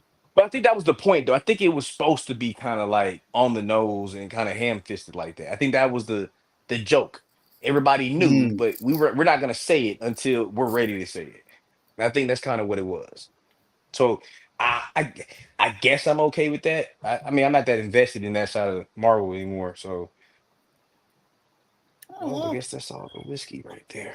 I'll give both of those shows a go at some point, but no, I feel like I do owe the Penguin show a watch because I really fucked with the Batman. Like, yo, even my roommates are not even big like Batman fans. Yo, we watched the Batman on my birthday and they were rocking with it. Yeah. So it's like, I don't know, Matt Reeves in that universe, they cooking over there. And Teb said Matt Reeves is racking up the non-Batman universe, Batman producing credits left and right. DCU projects included. So yeah, man. So whatever Reeves got going on, bro, like, listen, let him cook. Like, I was a little apprehensive at first when I found out Pattinson was Batman, but then I decided the whole world was. Yeah, But you know what's crazy? It goes back to what y'all said about we got too much information. I remember when The Dark Knight first got announced. That's before the internet and social media was kind of like boom. Media and social media were like one. I remember I was living with a friend of mine, going into my sophomore year of college, and my friend's dad used to get Entertainment Weekly, right? And you notice Entertainment Weekly always gets the big scoop, right? They always got a Mhm. magazine headline and a movie. Right now they're doing Captain America. But I remember opening that magazine, I was just reading whatever was fuck on the table, eating some cereal or whatever. And I'm like, huh. I was like, Heath Ledger's playing Joker? And I'm reading like all the captions and like the pictures and all that. I'm like, man, he looks like, man, that looks kind of good. Right? Because I remember Batman Begins, I didn't even want to go see it. I saw that with an ex of mine right before college, right for my freshman year that summer. And they were like, we're going to see Batman. I was like, okay, whatever. And I'm like, oh shit, it's good. You know what I mean? So then when I heard about the sequel, I was kind of interested, but that, This it was brother hard to get in for. this brother to watch a trash Batman movie to get to some cheeks. I respect it, brother. I Oh man, this is I'm saying that was my ex of like, 4 years or some shit. That was a family trip and they were paying. So there you go. I can't complain.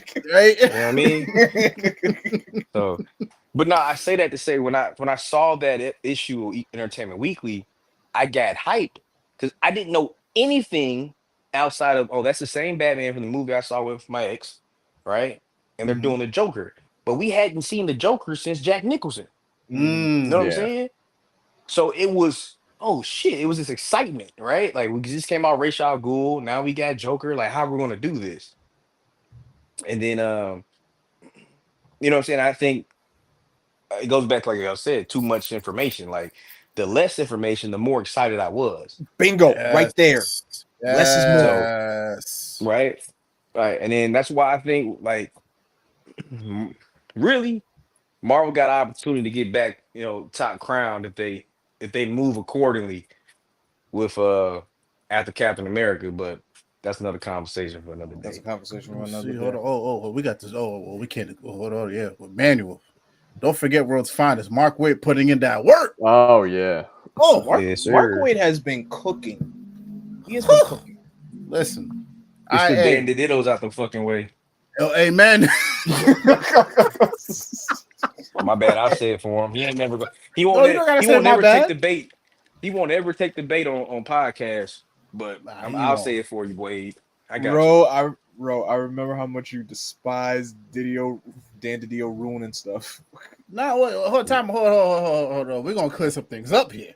Listen, Dan DiDio was not perfect.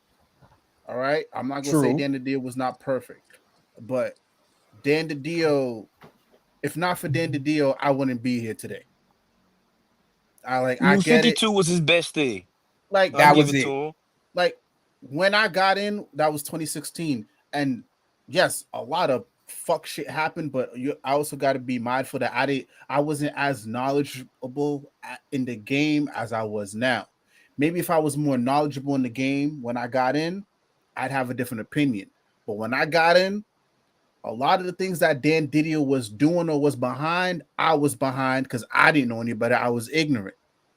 But even But that's the then, point. You didn't know no better. I But didn't know no better. now that you do, now you know better. But he is a cool guy in person. No, I wasn't. But No, even no, hold on. for sure. I was just giving him a hard time. He loved the Yeah. characters. Everything he did was out of love. So Hey, listen, like I said, bro, the Rick Grayson arc, 10 out of 10. it came together 10 at out of the 10. end. I can't believe you Came just said together at that. the end. 10 out of 10. Listen, hey, bro. But listen. Go ahead. No, listen. 10 out I say Rick Grayson 10 out of 10. We don't get Nightwing propelled to where he is without Rick Grayson. I get what get you it. Respect. And I get what you're saying. The point is to have shakeups is to shake up the character's status quo. And I get that now. I'm starting to see that now a lot more, especially in any type of character. I'm pro Alfred being dead, so I'm with Me it. too. So, Me too. Let's talk about it. I hate Alfred not being there, but we don't I get hate Albert not being there either, but it just feels Word. weird. Look, it feels empty to read a DC But that's universe because without Alfred. it's because no writers had the nuts to have somebody take Go that level. take on that take that role on. Like Hey, it literally needs to be Jim Gordon, but now we got Jim Gordon being a private eye and everything but the Alfred role and hold on. moving Harvey into the Jim role. Like it's crazy. But Listen, I digress. I know I'm gonna piss some people off, but listen, I'm sorry. I'm not sorry. 10 out of 10. It's a good book. Yeah. 10 out of 10. I've read that book twice. 10. It's a good 10 out read. of 10. What book? Identity Crisis. Oh, Nah, bro. We needed that's the one where no. that's the one where Sue Dignan gets raped, right? No, that's Yeah. when she gets killed. Both. Oh, okay, well, okay. yeah, Oh but yeah, both. Yeah, well, both. yeah. So listen, like, hell, we don't even get Identity Crisis. Not we don't even get Infinite Crisis without Identity Crisis. So I'm That not too. gonna Okay. sit here. That I'm not too. gonna sit here and throw dirt on that man's name, bro. I can't. Who I get it. Who watches basketball here? I got an analogy, but I it only don't, works. but- I don't watch basketball like that, but I want to hear the analogy. Yeah, throw the Okay, analogy. then it's sort of like the 76ers brass. They tanked for so long, and they got number one pick after number one pick after number one pick. Eventually, a dead clock is right twice a day, right? And I'm not I don't mean that in a way of saying like discrediting that man's work, because I would die to have his career, right? So just say it like that. So this is out of admiration and just backseat coaching. New 52 would have been would have been received more, and then Scott Snyder said the same thing if they approached it the way they're approaching Absolute, right? Thank you. I'm not mad at. I'm not mad at. I'm not Like mad I was at. never mad about Wally being black. I just wanted you to actually embrace it. Like I always say, Wally's attitude seems like an inner city youth kid, inner city black kid. Like Of it's course. just his attitude. Mhm, Like the mhm. Midwestern thing didn't really fit the character, right? But respect to what came before, and I thought it was an opportunity. Like, and then it was just you didn't fully go on because Batman was already selling good. Green And I- Lantern, you know, And Jeff was in the middle of Green you Lantern. say that. It's funny that you say that because when I started jumping into comic books, the New 52 was already started, so I already had a history of what these characters were. But as I was reading the New 52, I'm just like, wait a minute, these suits look different, these character actions look different. Like Exactly. this is not the DC stuff I knew about before. And then of course I realized, oh, they rebooted everything. Fine. So, and Ro knows this. Even during the pandemic, I went back to read some of the New 52 stuff. Not everything, just certain titles. Like I was rereading Green Lantern, just the Jeff Johns portions. I didn't really kind of rock with Robert New Venditti Guardian and stuff stuff like that. Yeah. Yeah, like I feel like too much stuff was in the sauce when Venditti was when he got on the book, like when he started. But I read some of the others. was kind of good though. But I was reading some of the other stuff like Green Lantern Corps, which was written by Tomasi, and then I think Venditti did a little something as well with that. That was fine. Of course, Well, he took over the book when Jeff ended his series. I don't know if he was on like a side book like Guardians or something like that, but he took over the mainline book after like issue 52 or some shit like that. Yeah. And then I read what else did I read? I read Batman and Robin by Tomasi. Beautiful book. Beautiful book. Find that omnibus. I can't find that shit anywhere. For Such a beautiful book. $200 bro. Because the reason why I gave that book a shot is because after reading Tomasi's work on Superman, I'm like, if you could do this with Superman, then like I gotta go backtrack and read his Batman and Robin run. Lo and behold, I love it. And of course, I'm a big advocate for Jeff Johns. Dude's my favorite comic book writer on time. Love him or hate him. I read all of his Justice League stuff from beginning all the way to the end. And I realized I could see the issues that people had. So the New 52, yes. That's fire. That's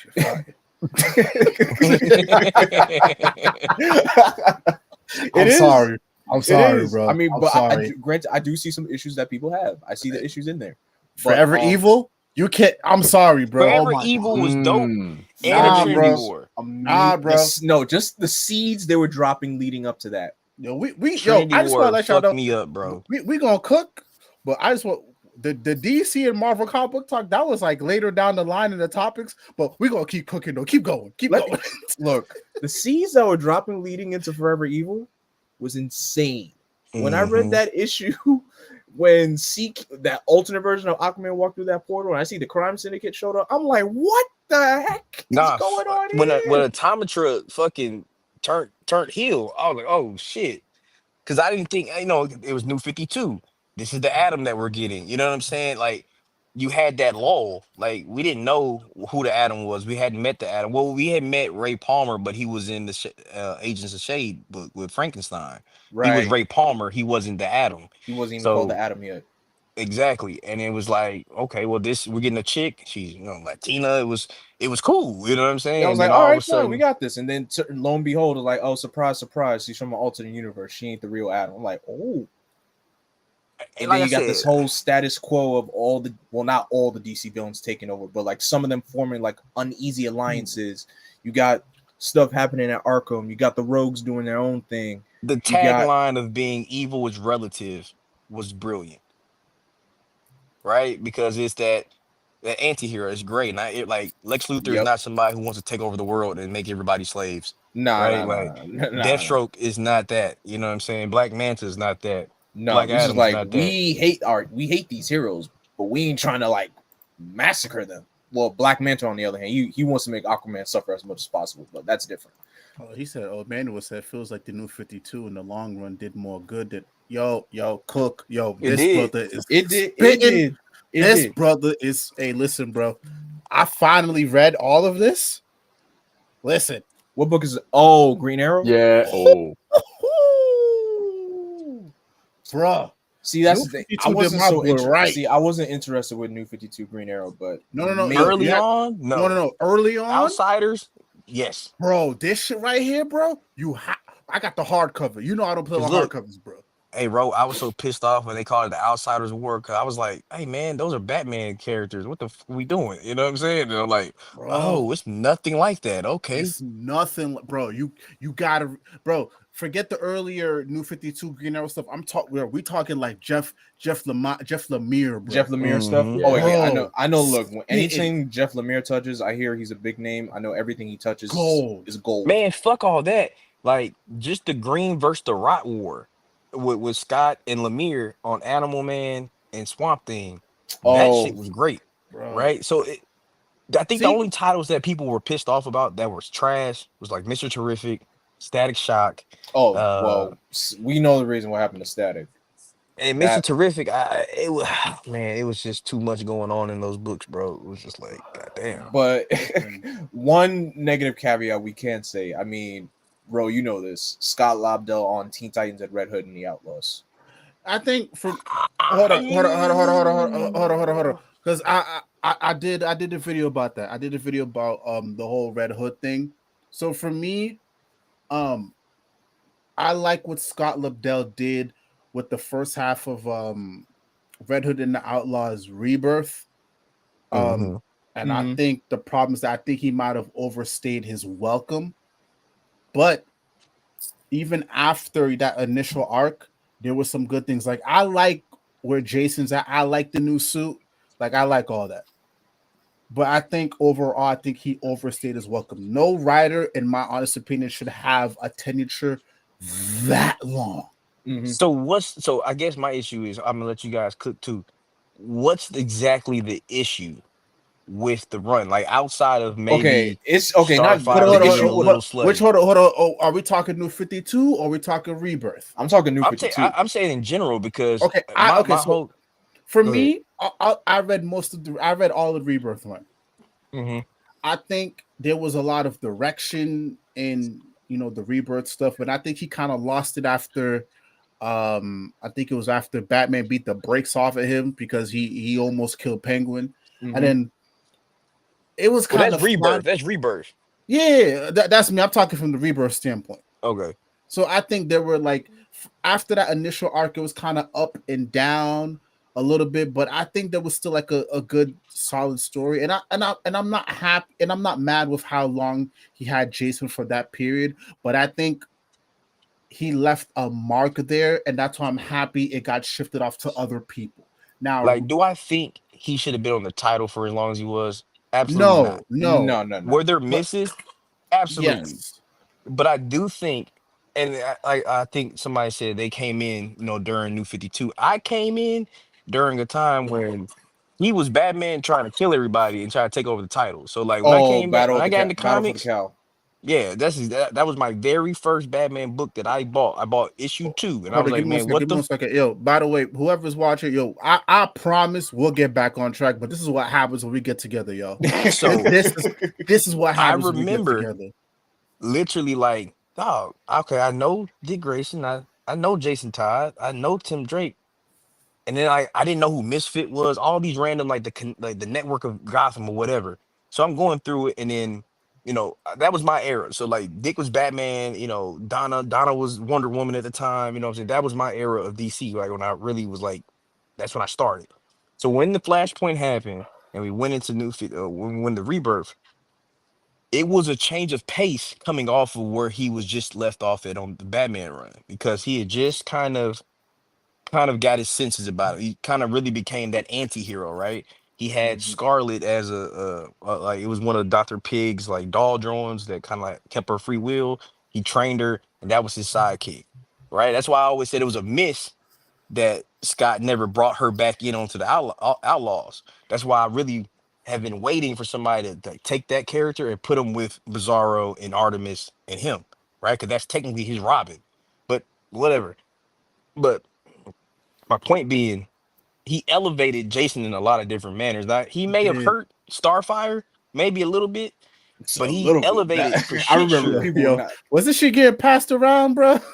I mean, Oh, I think the wording, it just depends on how you interpret it. If you interpret it Hey, as in she had a relationship with Dick, and then some time has went by, No, it's she not had a even that. one It's just night the stand. it's just the portrayal of her in Yeah, just that and first run. you got there's to nothing think wrong about it. getting passed around, but a friend, Everybody by the knows way. Starfire from Teen Titans, so seeing her in the way she was as a grown woman, right? Because like I said, coming off the era I was started off with, she was part of the Justice League. That's why I looked at like Dark Crisis and all the hoopla. I was like, bro, like I've been here already. All these lineups suck compared to the one that I want. You know what I'm saying?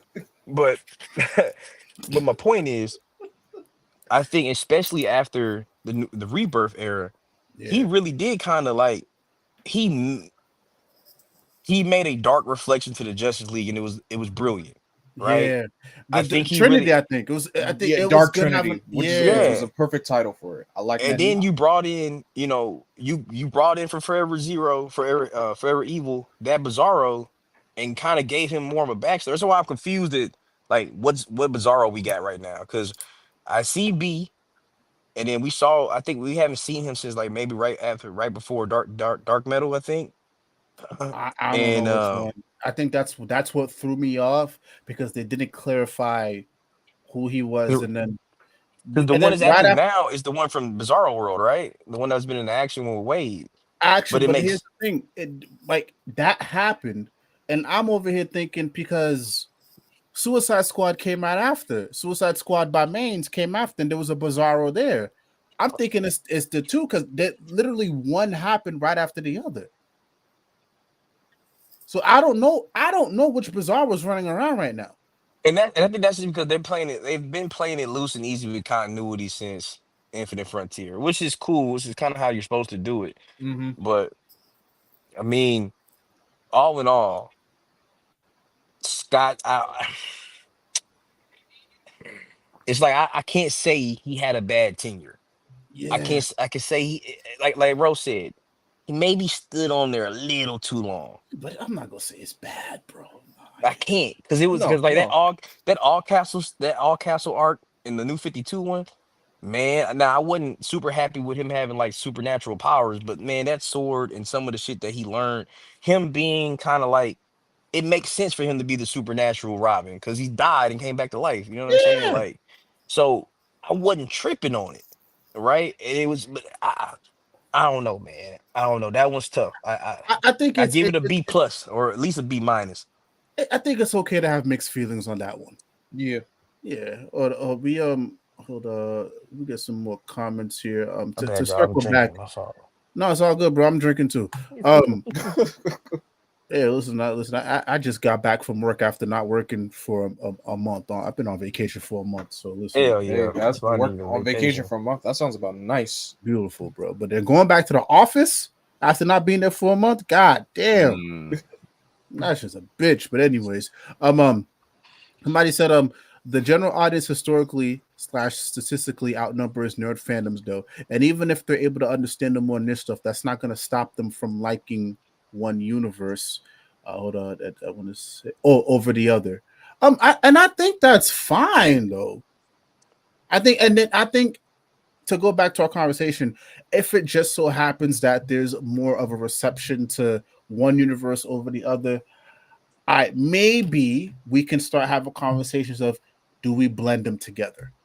But the problem to circle back I have is that, bro, we don't need all this information. We don't need all that. If it's a business move and y'all realize, okay, guys, we realize the numbers for this movie is a little bit is astronomically higher than this movie, cool. And everybody gave the equal effort, by all means, do what you got to do. Am I going to be happy about it? No. But if it's a business decision and you want to cater to the fans who ultimately matter, by all means, do it. But this whole us getting all this information now, it's confusing everybody. Like, it's unnecessarily confusing everybody. If you were flooding the market with Superman and Superman only, gotta be cool. Like if you're just giving us Superman info, I'm cool with that because you gotta plant your flag. Fine. Yeah, you gotta plant your flag and say, hey, this isn't Zack Snyder. It's a lot of division on what we should be doing, but hey, this is our Superman. This is our universe. This is the hopeful aim. We're not doing dark and gritty. It'll be some of that, but we're doing bright. That's not what DC's about. This is what DC stands for. If this is what we're doing, then that makes sense. But like you said, it's just too much. It's too much other stuff, right? Like I don't focus on the movie that's coming out. Like exactly, we saw Barbie and how Warner Brothers pushed Barbie. Barbie was everywhere. Mm-hmm. Literally, there wasn't an ad you couldn't find at Barbie. You know what I'm saying? Like it was Barbie everything. It was Barbie on Nickelodeon. It was Barbie T-shirts. It was Barbie. It was already Barbie's already Barbie. You know what I'm saying? And it made $1 billion. And I don't understand. I got to see Margot Robbie's feet. It's even better. Of course, you got to bring it up now. And I just don't understand why we won't take that. And even you can even say it was Barbie and Oppenheimer. Oh, like yeah. Why haven't we taken it? This is Superman is one of our biggest properties, both for DC and Warner Brothers and DC and Discovery by proxy. Why aren't we pushing Superman? Why wasn't Superman prevalent in the Thanksgiving Day parade? Why was it Goku? Why was Goku the biggest parade thing? Like that's crazy to me. Like I'm not saying hey Goku didn't deserve his plane, but it's not Japan. You know what I'm saying? Like an American. You know what I mean? Like American Icon should have been that. It should the big balloon should have been Superman because he has the movie coming out, right? Super doesn't even have a fucking active fucking chapter out right now. So that's the frustrating part because you tell me one thing and you show me other shit. And I'm like, can we get it's to the point like, can we get to the point of focusing on the movie that's supposed to be starting this off? Before we branch off to other stuff. It's like you're giving me the dessert before the main course. Exactly. And it's like, and we'll get to that with the next topic because I think that kind of flows in generally. But honestly, let's do it. Let's do it. Let's do it. Let's do it because I got some shit to say about this one. So again, I want to start off by saying thank you for comicbook.com for saying reportedly, because ain't nothing concrete yet.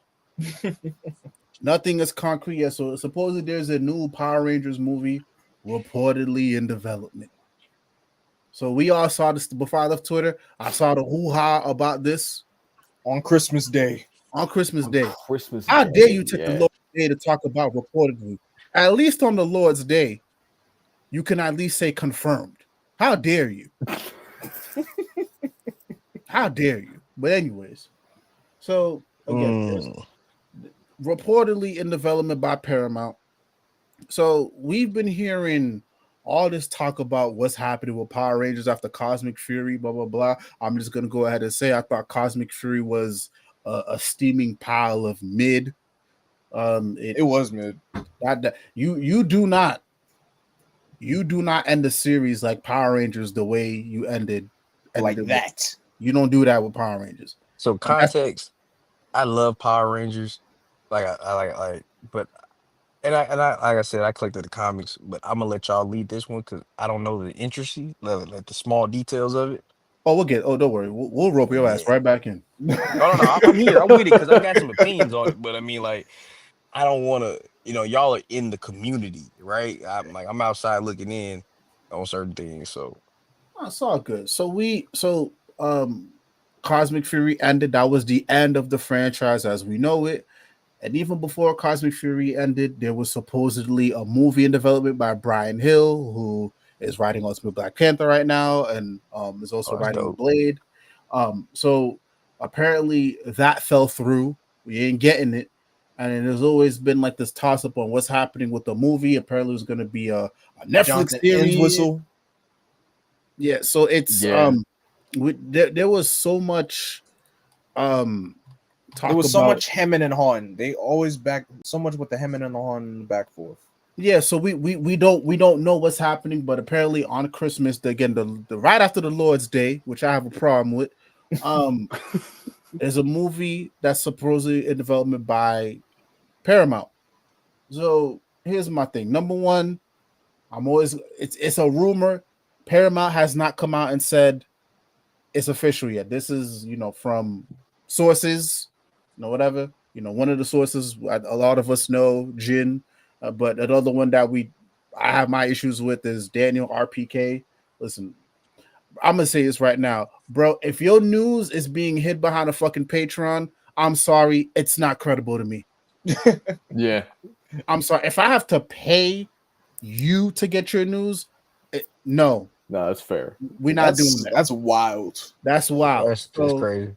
somebody from the Patreon leaked it out, and then it reached Jin, and then now everybody's running with it. So here's my thing with this, right? Why can't we just let this shit die? You're not wrong. Because I'm at the point, bro. I'm at the point. Look, 2024 came and went with no Power Rangers content except for the comics. Nothing came through. I'm just like, this is the most quiet I've ever been about Power Rangers. Like, I even struggled to even rewatch some of my favorite seasons last year. That just goes to show you how much of an interest I have with the brand now. So, to now, okay, knocking on wood. If this be another gap year, this could be the first ever 2-year gap of Power Rangers not getting nothing.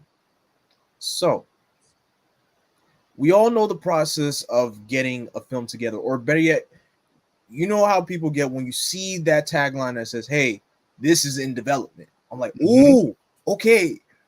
When's it coming out?" I'm like, "It just says it's in development. We ain't got no release date yet. It's just like we cooking something." It's like, okay, so how long is it gonna take to cook? We don't know yet. We just saying it's in the process. All right, that's basically what it is. Especially with the Power Rangers fan, and you throw something out like this, I'm like, Bro. they're gonna take that and eat it up and run and tell that to the hills and back. Bro. So, my bad. Go ahead. No, go ahead. No, what was you gonna So, say? so the thing I've noticed since I kind of gotten back into Power Rangers, like through the comics and stuff like that. The one thing I've noticed, because I want to say this, like the last movie wasn't bad at all. It just Peak. I think Shut up, I Elvis. think Oh, hi, Elvis. Hello. one. Elvis. It was fantastic. Okay, I So, loved it. so the thing I think was wrong with modern day Power Rangers, right? It's two things. One, the pressure of the current climate to include certain things, right?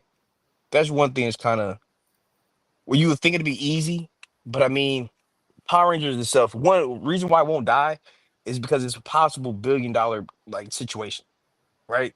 If you can get it right. And I struggle with why it's taking so long to get something decent, something more modernized, something less, the typical standard of Power Ranger shows after seeing Cobra Kai, right? Like something like Cobra Kai, if you put the same tonality with Power Ranger, it'll match perfectly. You can still keep the classic kind of corny, cheesy, type of thing, right? But then you can kind of push it forward some. It can be a little more, NC-17, right? Or a little more mature than we typically get. From the outside looking in, it's like that's the thing I see thing that like last rumor I saw about like a live action series. It was supposed to be like a girl as like the Red Ranger, Yeah, and that was it during the was pandemic. yeah, it That was news some came other out during the things. pandemic. And you know, one thing about it is the Mighty Morphin power. That's why I think the comics kind of still or is hitting a wall right now as well. Mm-hmm. Because you have to they were doing a great job of keeping Mighty Morphin, like Jason, the original 5, 6 members, right? And then expanding it. Like, bringing the Omega Rangers in was like brilliant, right? Like, me being a big Jason fan, I hated that like Tommy just got leadership just because he was Tommy. You know what I'm saying? I was like, what the fuck? You know what I'm saying? Like, Mm-hmm. but that elevated them in another light. And I think that's the best way to go about it. Like you have to keep that. Like trying to change what that 7 was is always going to hurt you. So it's like when I hear complete reboot, somebody like myself gets disinterested, right? But then on the Mm. flip side, I see a book like Prime, right? We'll get Told to you out the that. gate. It's not the same continuity. It's not the same universe. This is a fresh start, a fresh take. Okay. When I read the book, okay, you got Zordon people on Earth. Okay, it's a whole different status quo on Earth. I can maybe wrap myself around that. If you gave me that, right, as like the next season or whatever, I can maybe tap into that because I don't have any pre-notions of what I'm going into. That's why I thought like sidebar, like why the Mandalorian was so kind of good because I don't really have any connection to Boba Fett. You know what I mean? So like Mm-hmm. seeing the Mandalorian, it's outside in the Skywalker family, it's outside the main line, but it's in the universe, and it still gives me that scope. And I was able to tap into it like that. And I think that's the thing Power Rangers is missing right now because you're trying to take away elements because you feel like it's stale or it's old or it's ran its course. But it was those 7 people, right? Those 6 individuals, those 6 characters, right? If you expand on that and just give more than what we got in season 1, 2, and 3 of Mighty Morphin, Mm-hmm. right? Because that shit came out when I was in kindergarten. I'm Yeah. saying like, right, first or really kindergarten, first grade type of thing, and for the time it was amazing. You know what I'm saying? But like, I don't know. I think you got to keep that element. You can't really get rid of it. And like a complete reboot, I think, is more harmful than it does good. Because I think you're Mm-hmm. trying to do that to separate yourself from what came before. But then again, that's that whole thing with comic books. You don't get rid of what came before. You just honor it in a respectful manner. Mm. Like you can give me like that's why I said the first movie wasn't bad. You gave me different takes on Jason and Billy and everything like that, but they were still the Black Ranger. They were still the Red Ranger. It was still Mhm. the essence of the characters, right? But yeah, that's it. What Bye. about you, Steph? Have you been? What Uh, are your takes on this, brother? I don't care. Good job, bro. See, I don't know I wasn't alone, I don't bro. give a fuck. At I least he's really honest. don't. Look, at Like, least he's honest. Maybe I'm I hopeful. there's just nothing to say, really. Like, obviously, like, I'm not the fan that I used to be, right? Mhm. Like, I've just fallen out of love with it, really. But it's also just like, it says it. It's a rumor. There's nothing to say. Like, Yeah. I have nothing to say, at least. Like, I just Mm-mm. really don't. I don't know. Like, it's just, I mean, yeah, I do like that. I do like that movie from 2017. I am a fan of that. But, like, you know, I got nothing. I really just don't have anything to say. So if it don't come back, we're on the same page, bro. Like if it don't come back, we good. We could smoke a Power Rangers pack. Yeah, Say less. yeah, absolutely. Say less. Say less. But yeah, honestly, for me, like Quentin, you made a good point. If you try to strip away what makes it great, what made it great, it's a loss. You got to take it and honor it. For me, I think the reason why this shit keep hitting a wall is because I don't think the people that are behind this or that allegedly want to do this, I don't think they really know what they want. I don't think they know what they want. I'll be honest. I don't even think the fandom knows what it wants at this point when it comes to a Power Rangers movie. No. Well, that's the thing with But they Power never Rangers. It's gonna like know. it's That's like the a thing. chimera. You know what can it be? It's too many things. You know, Yeah. Because for it's too example, many things. like Sentai has been going on for 50 hasn't stopped, years. hasn't 50 had an years. issue, right? You know what I'm saying? So like, and then you made this big hoopla separating Saban from whatever other the joint whatever partnership they had, Hasbro and Saban or whatever. And it's like that. I remember that was a big thing I saw on the timeline, and you would think like, okay, now you don't have the Sentai baggage, I guess, right? You can Mm-hmm. just go from what you started with Mighty Morphin. Like for example, like I don't know why like the comics didn't take advantage of VR Troopers, Mystic Knights, and Mask Rider and all kind of things that they had. Because I was like, damn, why isn't the Mystic Knight thing being connected to the grid? It would makes total sense, right? You know what I'm saying? Like, and I mean, this is my head because I'm always in creator mode, right? And like Mm-hmm. joining universes, like you got the VR troopers being prevalent in Prime, right? Like they touched on it in the main line, right? The main comics, with Prometheus and stuff like that, but they didn't really like go all in with it. Like there should be a lot more Power Ranger comic books besides the mainline Power Ranger comic book. You know what I'm saying? There's like just speaking on that because that's really all I can really talk about. Mm-hmm. Because I wouldn't dare watch a show after Space. Um, uh, Yeah, I did kind of type bro. I hate the to the say first you missing out. the Yeah, first wait, hold on. You Animal stop right before Fury peak, one. man. You stop right before Kino. It's insane. I think that's Animal Fury or Oh, it was Jungle an Fury. Animal animal. Fury? Jungle Fury. It Jungle Fury. It was an animal one like shortly after like Lost Wild Galaxy Force. and What? Wild Wild Force. Force. There it is. Yeah. Yeah. So I think the last one I really just paid attention to was like Outlander. So I hindsight, I say that by saying that I always tap into like special episodes, right? Like, all the Mm, all the Red Rangers are I like, get you. I get you. you know what I mean? But Yeah. the filler or like the main, I won't know too much of what's going on or the connecting stuff. Yeah. But like the last one I sat down and watched, they would think it was on like ABC Family, and it was like The good old days. Tommy was a professor and things like that. And I was like, oh, Dino, that's Oh, Dino dope Thunder. Dino Thunder. Yeah. because like I was getting older at that time. I was in high school, right? You know what I'm saying? So I was like, okay, Tommy's growing up too. Fuck it, I'll watch this, and it was interesting, right? Jungle Fury was another one that was kind of caught my eye, but outside of that, it kind of I felt like eventually it was going to evolve more. But then I saw like it was on Disney. You only can go so far when you're connected to Disney, especially before the Fox merger, right? So like, Mm-hmm. um, Mm-hmm. but like I look at like I go back to my first point. Like I don't know why like you don't take everything Cobra Kai has done, right? They didn't get rid of anything that was cheesy from the '80s movies, right?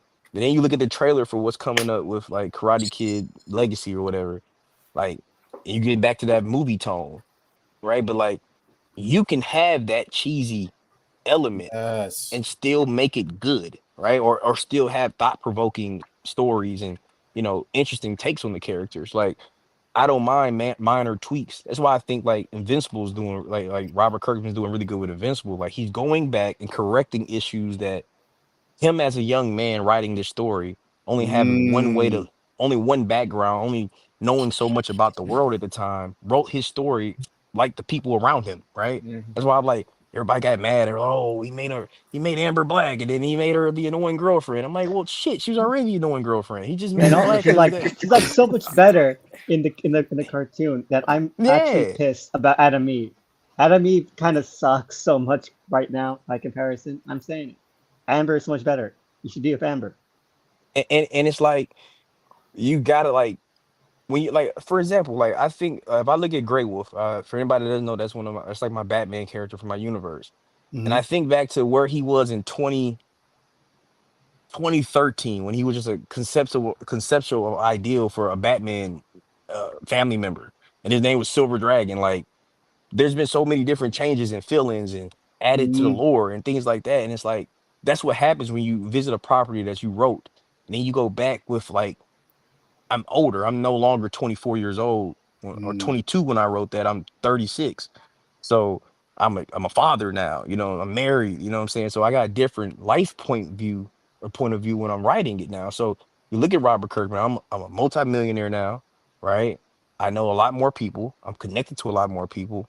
Mhm. Amber makes probably the stronger character if I make her like this, right? Or Mm. this might bring out more out of Mark. Mark having it's an interracial relationship, right? Outside of them saying like but it's not the typical white and black or black and white. It's Asian and black couple. You know what I mean? Like, and it's interesting. That's why like everybody like loves to pick apart everything, but I'm like, you got to give things a chance to grow. And one, you got to take your shot, right? I Yeah. think that's what's wrong with media now because everybody's scared to take their shot. Mm. In the Mhm. 70s and the 80s and the 90s, people were making any and They did every not give a fucking thing, fuck, They bro. right? made anything an IP. Like we have a movie called The Toxic Avenger, right? Howard the Duck was a movie, right? Like they made a movie about a killer doll, right? Like, but we keep getting rehashes because people are cowardly. Nobody has the heart to like, I'm gonna just, you know, I'm gonna go 10 deep, I'm gonna go 10 toes with this, I'm just gonna go with it. But that's why you have this war for content now. Because you're looking Mm. for that next big IP. That's why it's big for I tell anybody that listen to me that if you're a creator and what the why does my car keep doing that? Like, and you don't wanna and like you're tired of seeing the norm, then write your own story. Right? Write it Mhm. now. If it's a web series, like Issa Rae is a prime example. Hey, she didn't like the Oh, content that she was perfect. seeing. I made my own shit. And it was so good. And I was a one man crew and I got me a show, and I Mhm. and I took it and I ran with it, and now I'm getting movie deals, and I'm voice acting Spider Woman, right?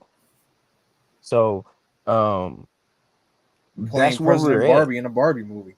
exactly, and it's like we're at this place because everything is number based, everything is Yeah. analytics, like, and it's If it don't ruining. pop, and I mean, I don't mean to cut you off, but I think what I'm noticing, especially on the Netflix side, is like, yo, they don't even give shit a chance to breathe, bro. Yeah, man. Nothing gets a chance to breathe. Like, okay, how many Netflix series have we gone through right now? We're just Like like, even oh, it'll come go out, ahead. and They all cut of a it sudden loose. they cut it loose. I think that's what we're seeing now when it comes to this Power Ranger shit. Because I think no, I'm going to keep it 100% when it comes to this.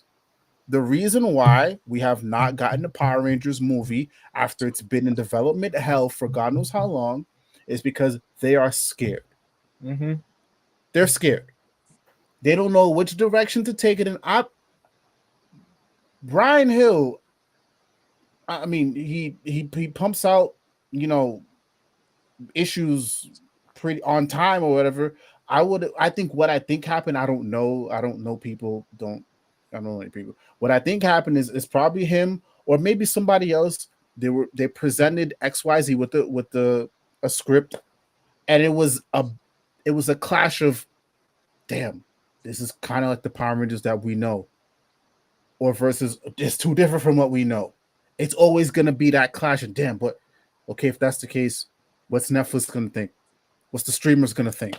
What's this gonna think? You know, the movies is not doing as well as well. I think that's the problem. Is like it's a clash of what's going to work and what's not going to work.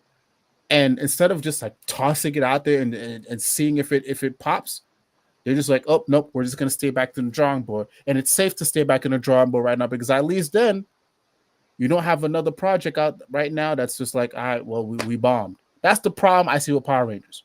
And that's the problem with Just the title fandom it now. Power Rangers and then give us something we wouldn't expect. Yeah.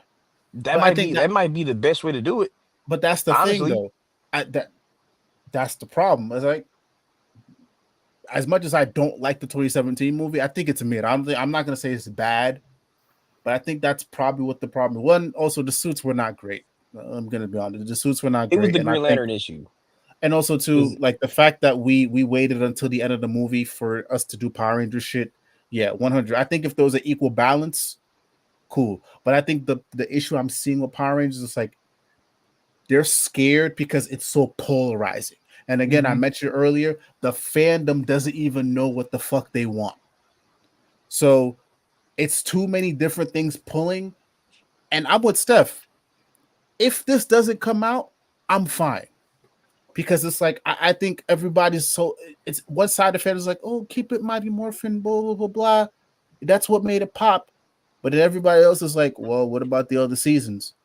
But it always goes back to, but Mighty Morphin was the beginning. You have to start at Mighty Morphin. So I'm sorry if we haven't gotten it from then back in the 90s up until now. You're not getting it. You're not getting it. I'm sorry. You're not. You're So not getting it. I pose the question to everybody that's more knowledgeable than I am. What is the perfect Power Ranger movie? For me, Like just conceptually, like it doesn't I have to don't think be it super should in be a depth. movie. See, Honestly, that's the I thing. really You don't. can't. hold Okay. on, hold on, hold on. Let Elvis cook real quick. Hold on. I mean, Let him cook. honestly, like we're talking like Ro is right, that the 2017, which I think is a great movie. I like it a lot, but it didn't have enough Power Ranger stuff. But we have that much of an ensemble cast. You also need that time, and I think that the movie did take its time really well to set up those characters. Where you have like 6, 7 characters you need to work with, and unless you're making like a big epic scale Nolan length kind of film, it's not going to work. I don't think it should be a movie. I think it should always just be a show, like a really good show, but like a show. I mean, even the 2017 movie that felt more or less like a pilot, and I think that's why that didn't really catch on. It felt like a pilot, like okay, and that's even noticed when they mentioned like, oh, we had like 6 movies, 7 movies in mind. That They is a had good like a point. serial kind of story in mind, like it's a TV show, and I feel like you just can't. I'm not So saying what like you about can't make a TV animation? show into a movie. Um, Animation, Yeah, See, that's another argument. yeah. because I no. think What do that you, gives okay? you that What gives do you you the think about budget, animation, Elvis? What do you think about animation, Like an animated film. or or just a just TV or a series? Just an series. animated project. Oh, animated series. I mean, I think that'd be fun. I mean, I think it would definitely get rid of the limitations that something like Cosmic Fury. What was that called? Was it called Cosmic Fury? Cosmic Fury. Yeah. Mid Fury. Yeah, Cosmic Fury. Like we saw like limitations that they had with the suits on those. I feel like you should definitely get a lot more wild with the designs. Like you have something in comics. I don't like the comics at all. I told Rodis like years ago. I thought the comics were like boring from the jump, you know. Um, but designs in those, especially when they came up like special suits, unique suits in the comics, like I don't think they'll do a good job making those live action. But they'll look. Those some of those looks would really go really great in like an animated kind of series. You have more liberty to not make it look like crap in the animated series. So I wouldn't mind that. That'd be pretty cool.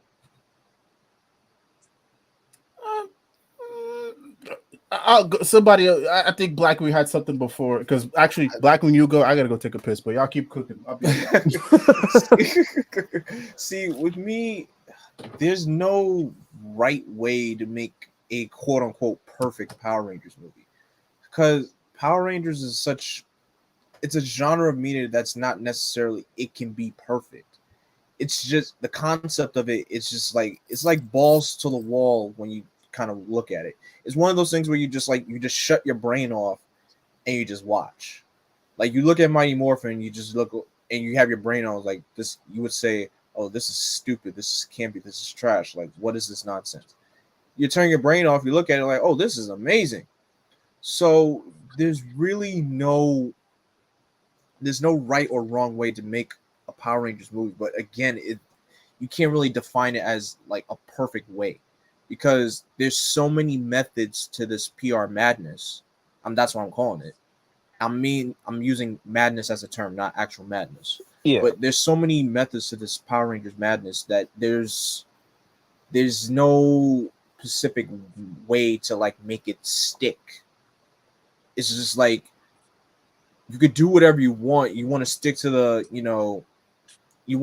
method how it was back in the day with Mighty Morphin, or Q is like how you said, like let's do our own thing. Let's put a twist on it. Let's revamp it. So there's no right or wrong way to do it, in my opinion. yeah. I would think, you know what I'm saying? I think if you did it, I think you skip the origin, bro. I think you keep the same original cast, right? But you take your time casting, right? You get the next you go out and find you can never replace him, but you go find the damn closest thing to Jason David Frank. You know what I'm saying? Like, that's the first thing. You could start, you could pick up from like introducing the Green Ranger, bro. He could be the first bad guy on a movie scale. Think about the episode they introduced him, right? And put that in movie scale. That was like 4 episodes. 5. Man, 5, yeah. That's a movie it within just itself. I mean, like, exactly. You could just streamline it, or you know what I'm saying. You make your version of it. This isn't the same universe, and I think every fan would have to go into it thinking like, this is not the same universe. These are variants of the characters that I love or I grew up with. Right? Mm-hmm. You go like he said, unplug your brain for a second. Right? Treat it like a Fast and Furious movie. I think Power Rangers, the concept of it, I think you could poll 100 people on the streets of all different ages. And I think round about 49, 52%, maybe even 60 would know the origin or just the concept of the Power Rangers, right? Yeah. There's been enough media jokes, Family Guy jokes, Def Comedy Jam jokes about Power Rangers. Every walk of life knows what the Power Rangers are. It's like you said, it's had a show every year since 1995. Right? Or some version of a spinoff. It's been something Power Ranger or Saban since 1995. I know that because that was kindergarten for me. I remember getting home on the bus and Tommy was beating their ass. I remember watching it. I was hurt. I went back to the playground the next day like, damn, maybe I don't want to be the Red Ranger because he really just got looked at. He just got kind of looked at. Right? So I say that to say, maybe you treat this like a Batman. You put Power Rangers IP as a whole on the scale of a Batman, a Superman, maybe even like a Captain America at this point, right? Or an Iron Man at this point. We're not going to start with introduce, like you said, the ensemble cast. It's too much to have to explain that shit again. Because, like you said, if you do that and you do that and you take your time and you do it right, the trade-off is you're not gonna get the Power Ranger shit to the end, right? But if I you got it. come in Power Ranger action from the jump, you know what I'm saying? Like off the tilt, we're coming like just like the movie. I remember the movie. They start off on skates. They start off jumping off a plane. We start off in the action, like live I ass got it. song. They skating down the block. Hey, that was back in my skater era. All right, I wanted to be Tony Hawk so bad. I was trash though. Point being, the point is it's memorable. I'm 36 and I can finally remember that opening scene, right? It was a great opening scene, and you didn't have to do any narration or any or anything, any exposition on for the crowd at large. Anybody that was a parent that took their kid to watch that had enough knowledge from the toys that they bought to get into that movie, and then they did the suits right for live action for the Mighty Morphin suits at least. And at least half an hour into the movie, 15, 20 minutes in the movie, they're kicking ass. Exactly. Yeah. So you start off from that point, or in some way homage that opening scene. Because I ain't gonna lie, I think the biggest miss that Power Rangers ever did was not continue the trend of putting those kids as the main characters in movies, like live action releases. Like we had movies, but like after Turbo, they weren't really like theater movies, They were like, right? Turbo's So like, we're not doing this again. They're like, we're not doing But- this again. but like- That's it. But Turbo's one of those movies kind of like Tokyo Drift. After you go back and watch it, it's like, damn, It's not I ain't gonna lie, bad. Turbo's pretty good. my wife was It's not watching bad. Turbo randomly, like maybe during the pandemic. It Really? was I don't know. It Really? was random. She was watching. It was just on. I don't know if she was like paying attention to it, but Turbo was on. And bro, it was the part where Diva Talks were talking to fucking Rita, not Rita, whoever the fuck she was talking to, right? And maybe it was Rita. Yeah, it was but she was Rita. talking to somebody. Yeah, it was Rita. And I was like, damn. And I just found myself, I stopped everything I was doing. And then Jason got like his evil eyes and powered up, and Kimberly popped up. And I remember like, I remember this feeling, right? Like, damn, my dog's back, but he's fucking a brainless droid right now. I was like, I was hurt. Like they keep Just making my giving nigga a Tommy the joke. hands go. You know what I mean? So I it's just I don't know, like you can capture that again, but like it's You just got to start, like you said, eliminate that issue. Like, that's an issue I have with my comic series. Like, everybody can kind of tell if you look at my characters what character like they're in the realm of genre of, right? Like you can kind of tell, like, okay, Nero Helsing kind of gives you a name that he deals with supernatural shit, right? Grey Wolf, if you look at him, he looks like a vigilante. Uh, Beacon is our Superman, our Superman Wonder Woman S character, our powerhouse, so to say. I don't have time in an introductory series that I'm asking you to buy on a whim.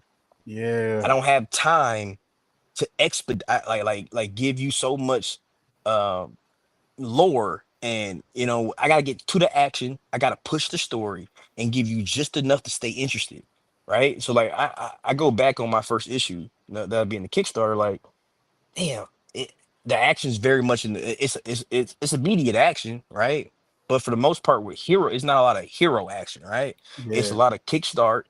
But like I look at issue 2, that issue's been addressed, and like you're seeing that, but I'm building up the character. I'm still telling the story, and I think it's that balance. You can't expedite. You can't I info dump so much. Oh, go ahead. I know. I think the thing is here, it's like, okay, fine. I'll say it. I didn't like. I'm not looking back. I wasn't a big fan of the OG MMPR movie. Not for me. Like I would watch what is it, the Ninja Quest, and I have watched Ninja Quest at least 100 times over, just in spite of the OG MMPR movie. And it's crazy Just because I hate that. I hate that part of Mighty Morphin because I was oh like, no, you just I skip that love shit. it. Just Nah, kept the I bro. movie. The love Ninja it. No, I Quest, mean I do, Ninja Quest was but just solid. it's the Like movie though. Ivan no, Ooze. no, You know what I'm no, saying? bro, and I say this too. Like I get the reference for that OG movie, but like for me, it just I didn't like the suits. I didn't like Ivan Ooze. Ninja Oh. Quest to me felt like a Oh, you're just movie. breaking my heart right now. Like Oh, Like you bro, feel if like you Ninja, put, talking about like how old is when everybody? Am I the I'm oldest person in 33. here? Okay, so I'm you're not 29. that 27 much off next of month. me. Okay, cool. Okay, great. Yeah. So for me, like and for me, I used to love that movie, but then I did a comparison. I was like, yo, Ninja Quest, bro. I'm sorry. Like Ivan Ooze going this goofy looking motherfucker coming into the command center and Blowing it like up. blowing it up versus Rito and Goldar trashing the Thunder Megazord and the White. Come on, bro. Hey, that's a Oh, That loss. That's a bro, that was a also, mob up. just to state it, just to put it out there, it's a total miss that they spend so much time with Draken and the grid, and they didn't fucking squeeze in Ivan Ooze. I don't know if that's a Fox Media rights thing, but Good god damn job. it, Good it'd have job, been boom. nice to see Ivan Ooze like Good. given more background, Now flushed give it out go. more. Good job, boom. Thank you for not bringing that trash. Oh, that's Good hate, bro. job, bro. That's hate, Good bro. job. That's hate. Good. look. Nah, Ivan Ooze bro. is a perfect one-off. We don't need to. We see him once. We don't need to see him again. Bro. Actually, I'll say this though. I'll say, if it was like kind of one of those things where they kind of it was like a light little cameo, I wouldn't be mad at that. I'm But asking my nothing wife real more than quick. like How you feel about Ivan Ooze? the What you rest think of about that y'all. movie? The rest of y'all. Oh, I mean, Ivan Ooze. I just Boring. again, he's See, alright. she was saying, You're the only one, bro. Elvis said boring. What'd you oh, say? No, I mean, What'd you say? there's things that are fun about it. I like the whole kid subplot where like they're gonna kill themselves because they're you know drinking what the I loved ooze. about that movie? That's it. You know what I loved about that movie that they added to that the show didn't like touch on. They added the suits had individual things outside their weapons, right? Everybody had Oh, like you a talking different about with weapon. the scanner and the The flashlight headlamps. Bro, eyes? that was live, dog. Like that was live, bro. I'm about to cut this fucking live stream off. Bro, That's the kind of get this man. detail I need, bro. Bro, get this I man. love that. Bro, That brings up a man, good 'cause point he ain't because I gonna was like what thinking I about the gotta say. perfect concept for a movie. Okay, They gave perfect Kimberly concept. a whip, didn't they? Wonder Woman. Well, come on, the homage. Come on. You on this island alone, brother. Oh, I came up with the perfect concept, and I actually have it a new actually works my mission in life concept. now. Like, It's go perfect ahead, Elvis. concept. Go Q, ahead, you could Elvis. jump So- off. Q, Alright, you so- could jump so off that you were cliff saying, by like, yourself, how man. to- I ain't jumping with you. we were talking about how to fix the ensemble problem. Okay, and my idea, okay, this works perfectly with that, is they all get the power coin, the character, whoever the cast is, they're like the characters from the MMPR or some other characters. They all get them separately, right? And it's like the Magnificent Seven or Justice League, where they all get them separately. They don't know each other, nothing, but they all become like superheroes separately, all right? And they're like, wait a minute, they're seeing on the news, and they're like all doing things their own way, like in their own city. They're like they don't live in the same town or anything like that. And like so, like, oh wait, that looks like what I'm doing. And so they start to link up like that. But they're all doing superhero shit already, separately. And then we So get to sort of know like them, and they Radiant get to know Black. each other. Yeah, kinda, except good. Oh, I don't like Radiant Black. Elvis, keep I told going. Rhoda. I Elvis, told keep Rhoda cooking. this. I I like don't where like Elvis Radiant is. Black. No, he doesn't like it. But keep going, Elvis. I like where you're going. Keep going. But yeah, going. so that way you get the whole we can get to know them. We can get like a little bit of exposition, but it's natural. They get to know Yeah. each other, but we also don't have to sacrifice them not doing Power Rangers shit. Because we can see Mm. that they're already superheroes, they're already doing stuff like their own way, and then you can have like you can give them like little flourishes, their own individual stuff. Maybe they wear the suits differently. Maybe add some flair. Maybe one of them like does what that chick did in what's that Dino Fury? Mid You know Fury. when the green one, Oh, Dino the Fury. lesbian. Yeah. Oh, is Yeah. Yeah, it? she took Yeah. off her skirt, something like that. Maybe it like could be kind of like they went to Angel Grove like for college. They're not in high school. They start them off in college, right? And like maybe they were all like they're not all originally from Angel Grove, maybe surrounding towns or cities or suburb areas or whatever. yeah, And something like then that. and then they just so happen to go to the same college. And like, oh shit. And then they respond to an event and then oh shit is all together. Like that. Yeah, that's kind of cool. That might work. That could work. That way you can have like a little prologue where like they maybe like they're in like they're in high school prologue. They find the coins while they're Ooh. on like a visiting on a trip. Then they And then you like kind of make 1 year later. Zordon kind of sinister, kind of like he's a master like planner, and then kind of like you you have Zordon maybe narrating, and you kind of Yeah, have him kind of like leaving breadcrumbs, and it's like you see him manipulating things, yeah, and and they it's do like, like a damn, how time you? skip, like 1 year later, and then that finally like maybe their initiation day or orientation day, and they've already been Yeah. doing like superhero shit in their own towns, but now they applied here. They were like on a college trip, Mm. the year before, and then that way you prologue, maybe like montage stuff like that, and like it's good. I think like that would work if you wanted to keep it more classic, but not be Or too faithful. shit. In this day and age, you do like a bullshit miniseries with like 5 episodes, lead up to the movie. Ooh. That okay? Webisodes. I'm not against that. I'm not against You got that. 5 episodes. One highlights each of them getting their power coin, right? Each of them getting their power coin. Maybe you get some Zordon info. You get more Eltar type info like that we normally got. You know what I'm saying, in the original series. Blah blah blah. By the end of the series, like you said, they're going to orientation, I think Yeah, and there you go. I'm not. I think if we're gonna do that, and Tony Robinson, we're gonna get to you. Thank you for commenting, by the way. Thank you for all you guys for commenting. But I want to make sure we get to this one also. I think if we do that, I think we keep it to a centralized platform. If we're gonna do 3 episodes or 4 or 5 episodes, then fine. I think to be safe, if you're gonna start on Netflix, keep it on Netflix. You can do the movie on Netflix. Right there. The Yeah. problem is that I think they shooting for general a big movie type general audience type thing. No, bro, keep it condensed.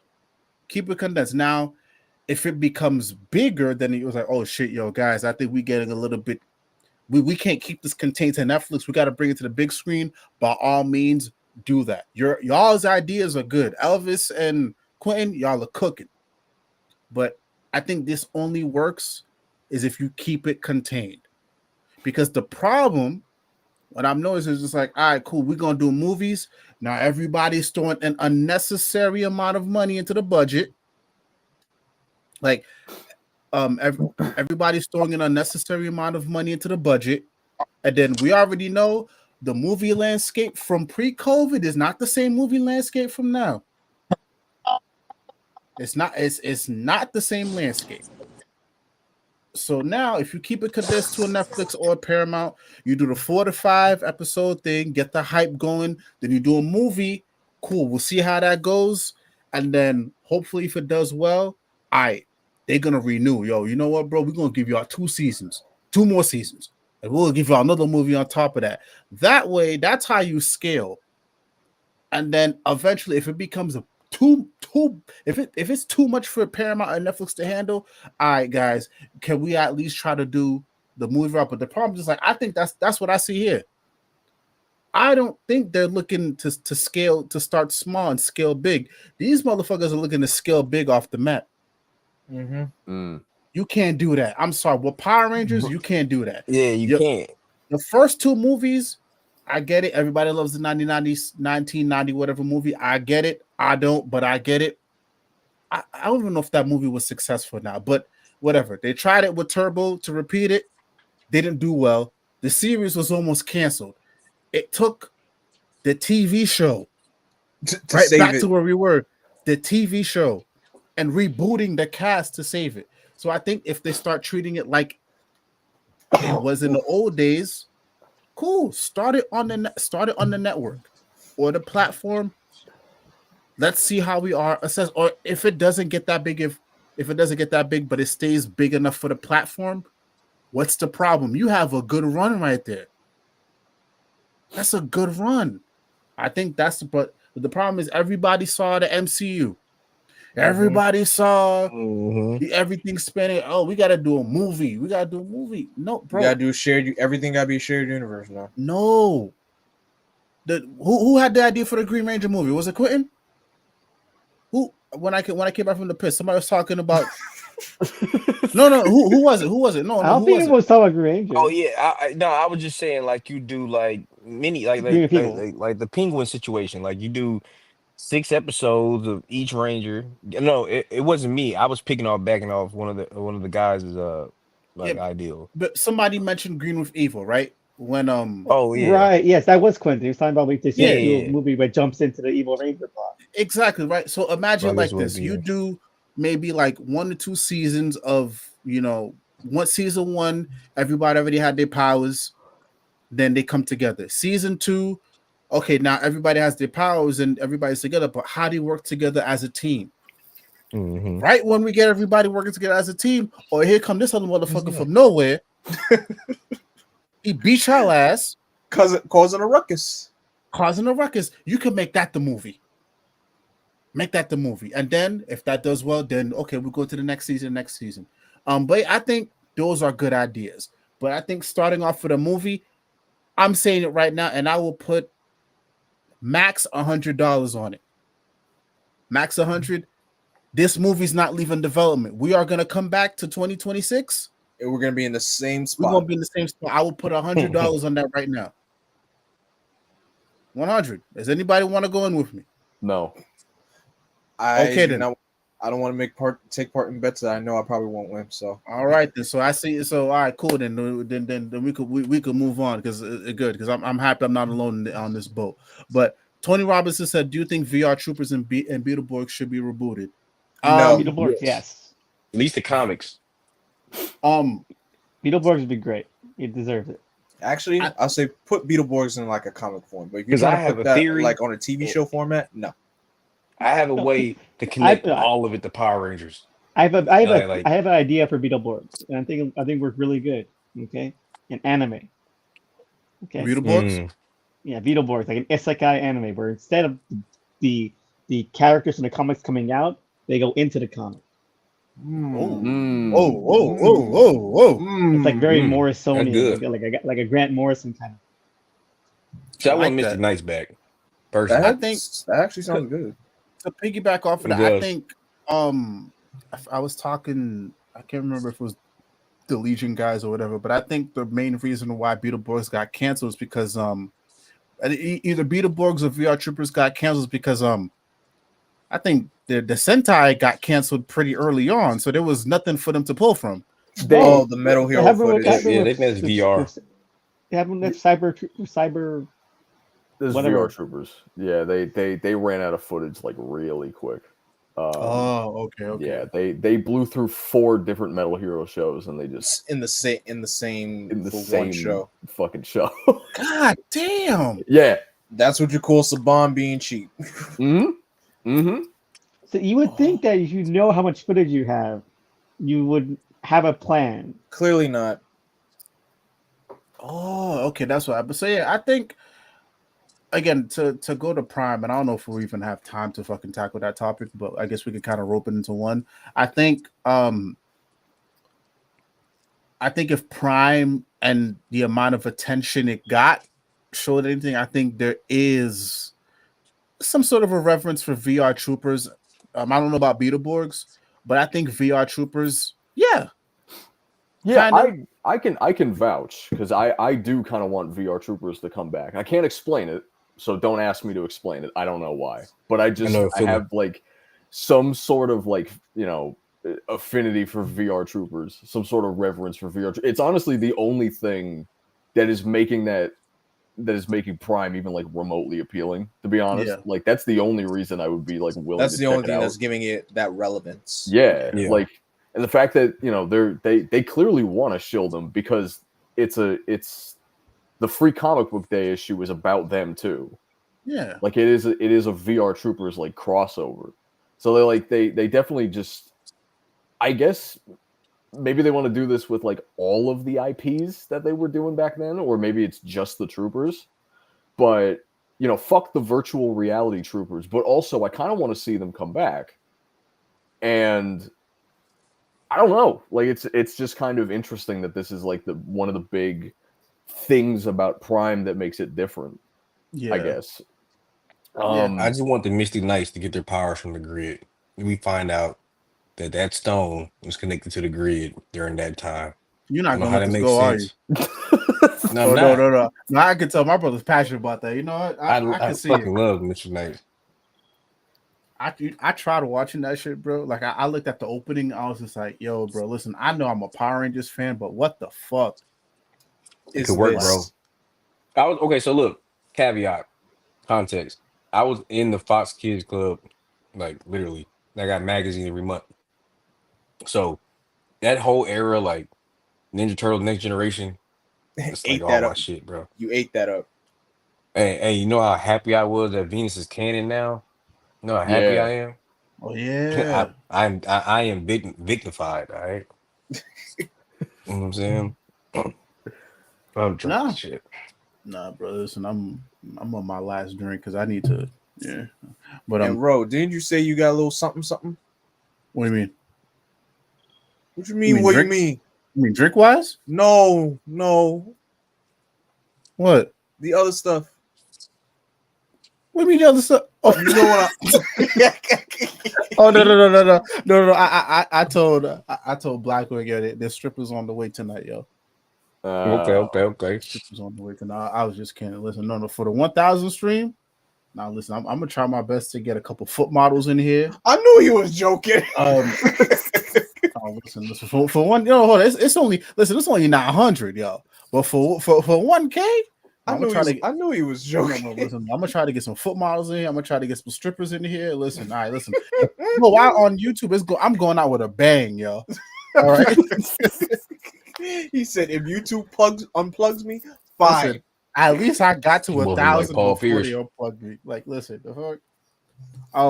But yeah, yeah, I can see them doing a VR Troopers, like a light reboot. Like again, even Beetleborgs, keep it contained to the network. Stop sharing it. Yeah, keep it contained to the network, man. Like you don't blow it up more than it needs to be. Because I think the reason why VR Troopers, I think it was Prime or Blackwing said, it was like, I think that sparked something in a lot of 90s fans, but very niche. Mm-hmm. Don't take niche as, oh, we gotta blow it up. No. Keep it niche. It's okay to keep it niche for a little bit. There's nothing wrong with that. But the problem is that when you take niche and you try to blow it up, no. And let's keep it a fast stack. Maybe the 2017 movie wasn't meant to be for the big screen. Maybe it wasn't meant for big screen. Maybe it was meant for a little streaming platform. Because as much as I don't like 2017, maybe it would have done better on a Netflix. Maybe it would have done better on a Paramount if Paramount was around back then. You know how you work around the shitty Zords? You say they evolve. Like they would have got a sequel, and the new designs like the Zords evolve. The Thunder Zords. Yeah, they just evolve and like instead of getting like whole new. I don't know. I mean, bro, listen, we gonna keep it a fast stack on this stream. The Thunder Zords look better than the Dinosaurs. I'm actually kind of pissed they went back to the Dinosaurs and Once and Always. Why? Why would you backtrack? Why? The Dinosaurs look shitty. You know the answer to that. Come on. That's perfect storytelling. That's the answer. All right, bro. Listen. Closing the book. It's a bookend. Perfect finale. You could have closed the bookend on the Thunderzords too. So what? They got blown up a couple of years ago. So what?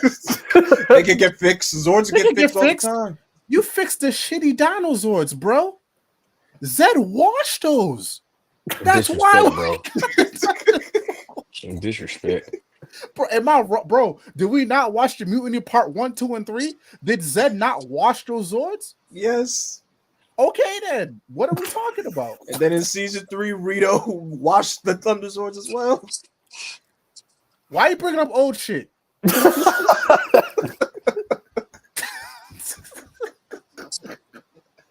is why I love Ro. Ro always keeps it a buck. He always keeps it a buck. For all jokes aside, yeah, I wouldn't mind seeing it, bro. I think these reboot. I think that's why Cobra Kai works so well, because Cobra Kai is. I think it takes a lot of the old '90s stuff that we love, that we enjoy, but it kept it contained. You know what I'm saying? So I think it's okay that Cobra Kai. It takes a little bit to get season 1, 2, or 3, versus like a movie, where. They also made it very 90s. I mean, very 80s. Exactly, right? But I'm talking more just like the business side of it, and just like what the audience, what I'm perceiving would be more receptive to, like because again, they didn't rush it to a movie. Exactly. So I think maybe now, if you wanted to do a Cobra Kai movie, you probably could, because you did a good job of building it on Netflix. Like it's to the point where even people that I wouldn't even think would talk about Cobra Kai or talk about Cobra Kai, because you did a good job of building that up. You got out in a timely manner. Cobra Kai didn't take that long to come out season per season, right? I think probably when it got really popular, yeah. Once it got like 2 years. Yeah, once it got hot, they had to like cool it down a little bit just to give it each season that release. But when it was on YouTube, yeah. Oh, when YouTube Red was a thing. Yeah, but again, I think you can get away with that a little bit more versus a fucking movie, because for the longest time, like, bro, we were up in the air about whether the 2017 movie was gonna get a fucking sequel or not. We know the answer to that now. People like run that question into the ground. But like Netflix, they're not ashamed to say, "Oh yeah, bro, we out of here. Is this done?"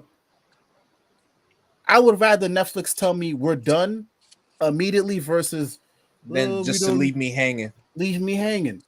You see what I'm saying? So, network or streaming platform, let's fucking do it. Hold on. And Tony said, "Good action, story, characters, and acting. You're winning. That's all you need, bro. That's all you need."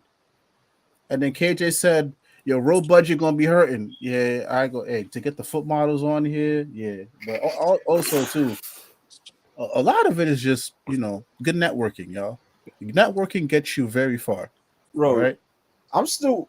Weren't you one that's saying that you was gonna go live in a strip club trying to get one of them the strippers into comic books? That could still happen. No, hold on. Listen, Yeah, that Listen. was the 400 sub stream you said you were Yes, gonna it do that. was. I remember that. Hold on. Listen, so what number we at right now? Because I got a couple more subscribers. So right now we are at we are Might at be good content, 920.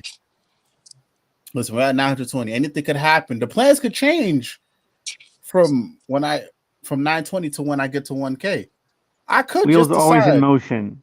Wheels could always just- in motion. I could just decide to go to a strip club, y'all. All right. Go to a So- strip club and just try to stream it.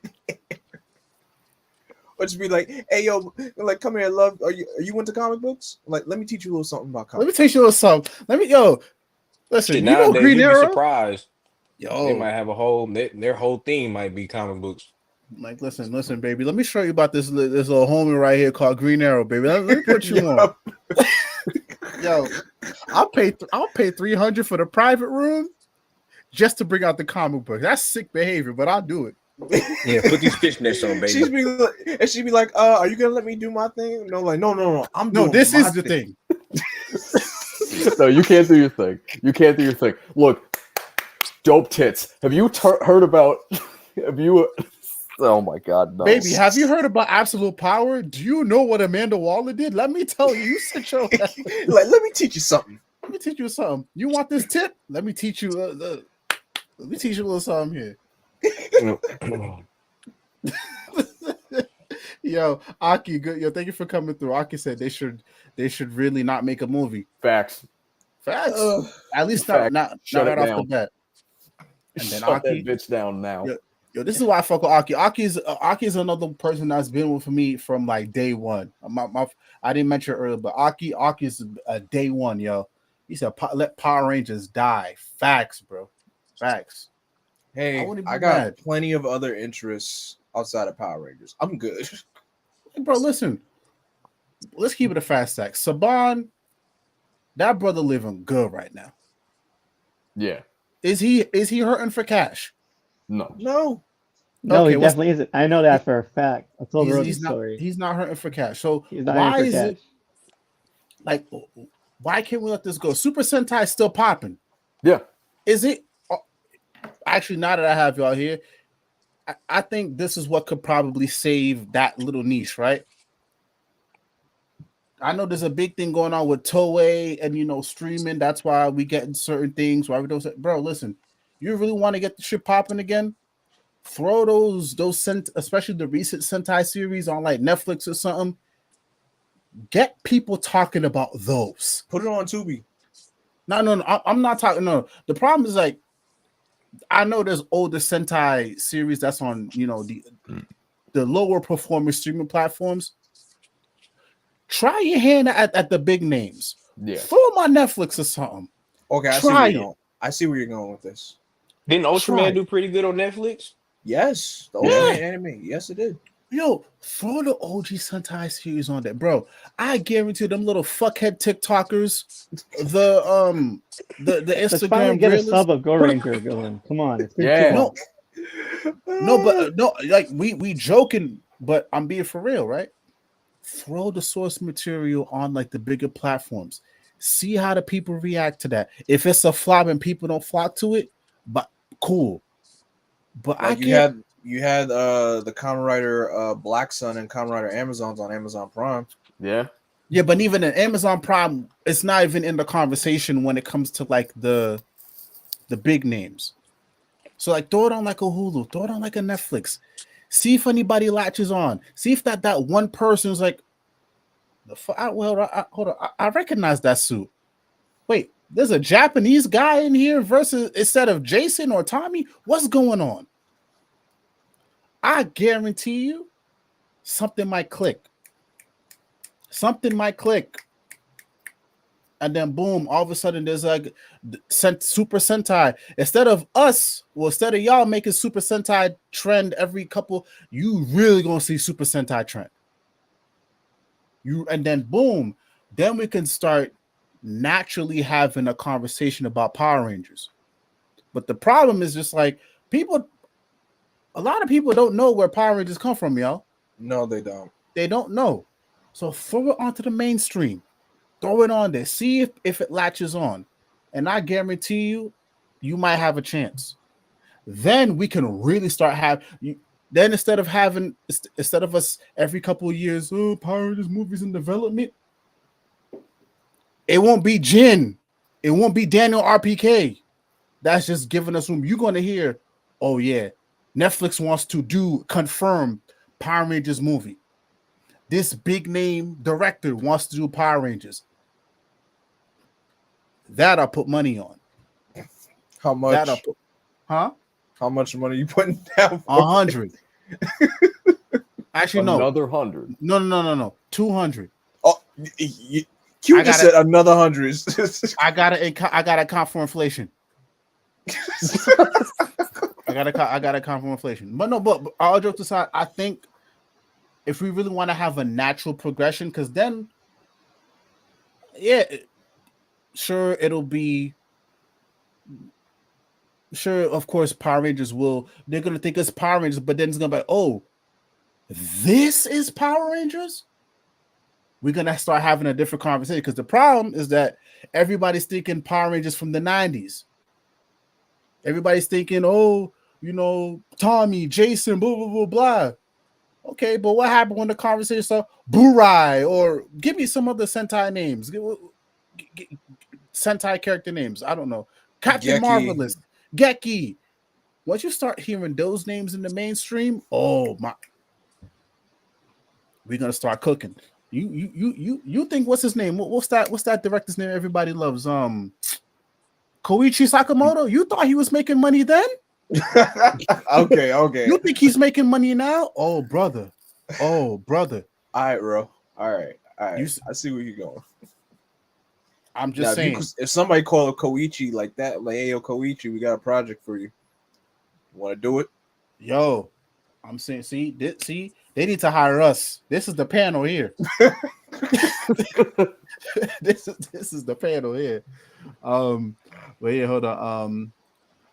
Sentai and Rider on Netflix on many countries. They need to bring it to the US. Because the problem, yes, Sentai and Rider on many countries, but the problem is you got to use a VPN. I'm sorry, I'm not paying a VPN. Back in the day, all I had to do was just trick my browser into thinking I was in Japan. I got so much good. I used to see so much good shit when the Netflix cracked down. So now, if you make it available to US, where I hate to say where everything is centralized, you might have a little something there. KJ said he got to pay 4 models, y'all. Y'all got to chill. I will pay those 4 models. I will do it. Hold on, and he said maybe Hasbro should let Toei do it. Yeah, you mean just let? Well, Toei needs to stop holding. They need to stop being stingy. I remember before I left, like that was the big thing. Toei being stingy. Like, I think that's one of the reasons why I'm not even into Sentai now, because it's like, bro, I have to go through. Bro, I gotta see anime titties on an ad before I can fucking watch the Sentai episode. Stop laughing. Am I wrong? No, that's how I got started. I'm laughing because you're right.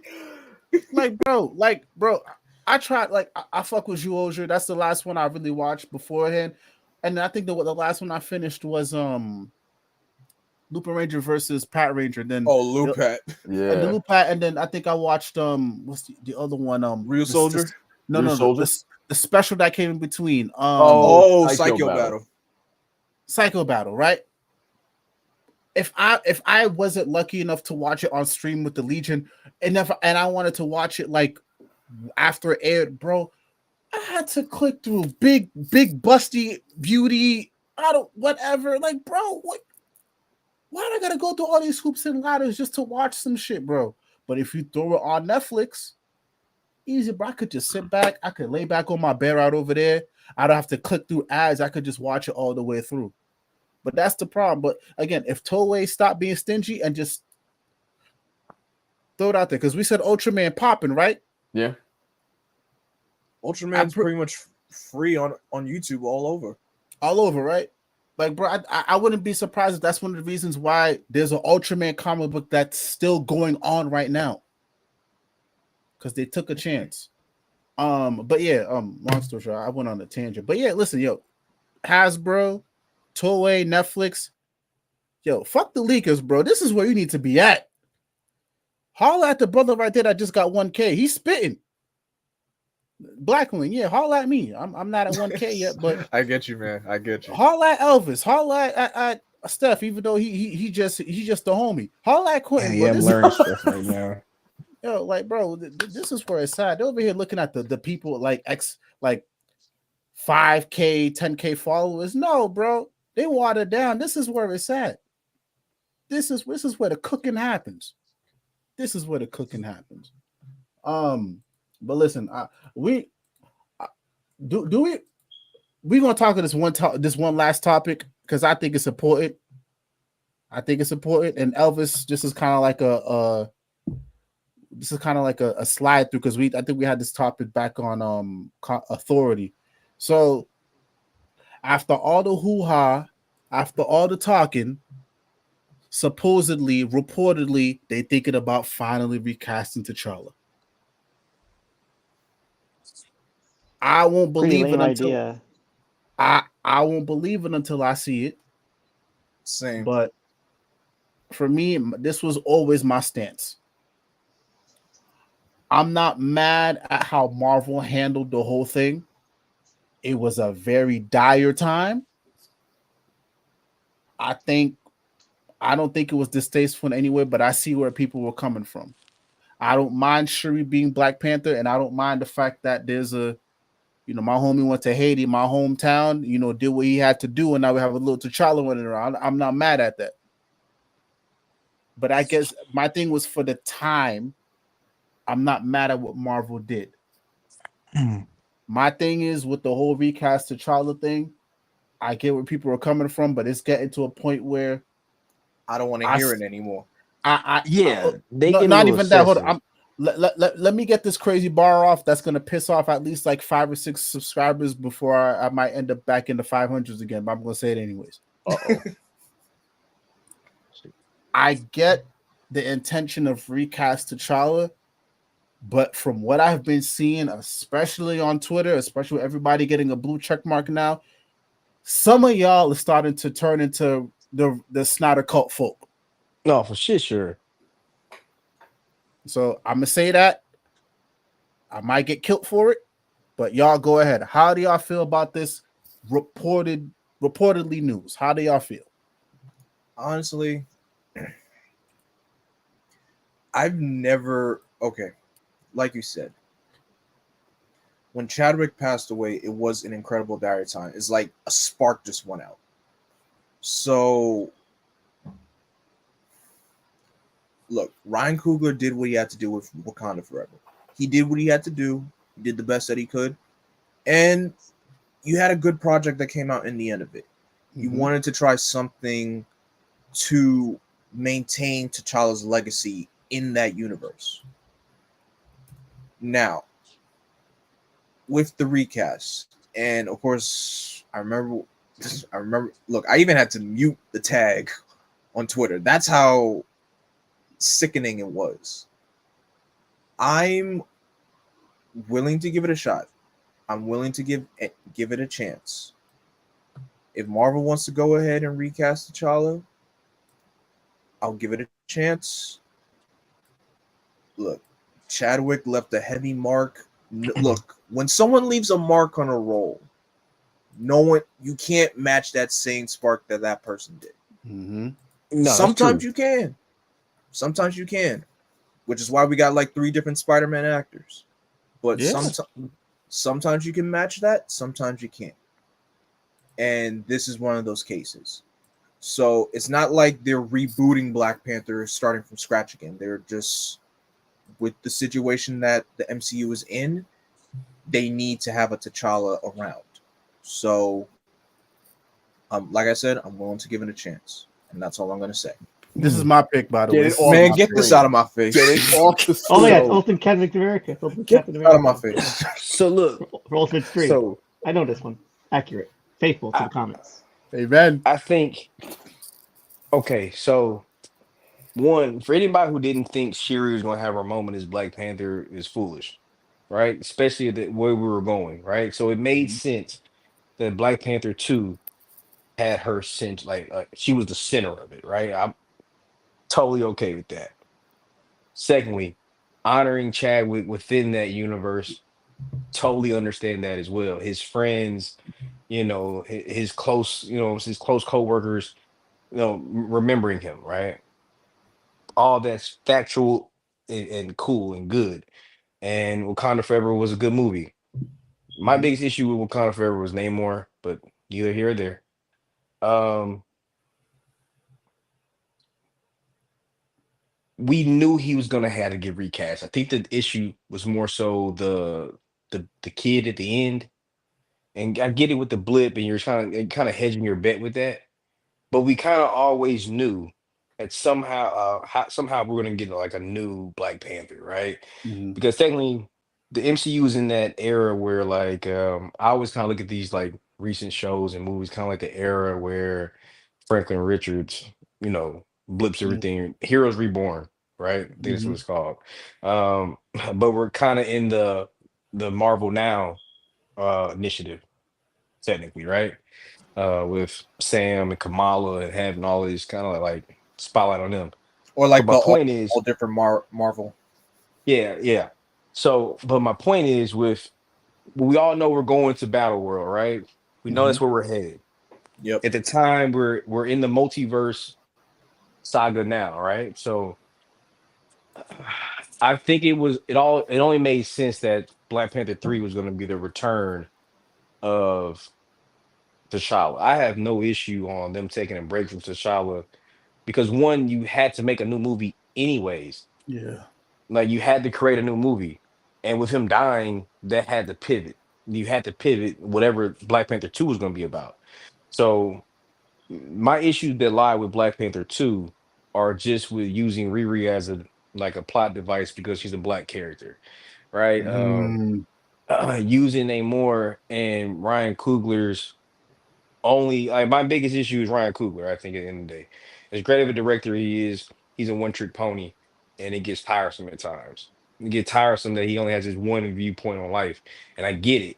The point has been made. Like we understand the plight that you want to portray, and at that point, for me, it got repetitive, right? Mhm. And then for what I want out of the Ironheart series, for what I want to see I or Riri Williams be in the MCU, they're not going to do because they decided to make Tony Robert Downey Jr. Doctor Doom. And it Mm. started with goddamn Wakanda Forever because she should have no contact. Well, I'll go back even farther. It started with her last run by Eve Ewing when they tried to like insinuate that her father was from Wakanda. That's the goddamn problem right there.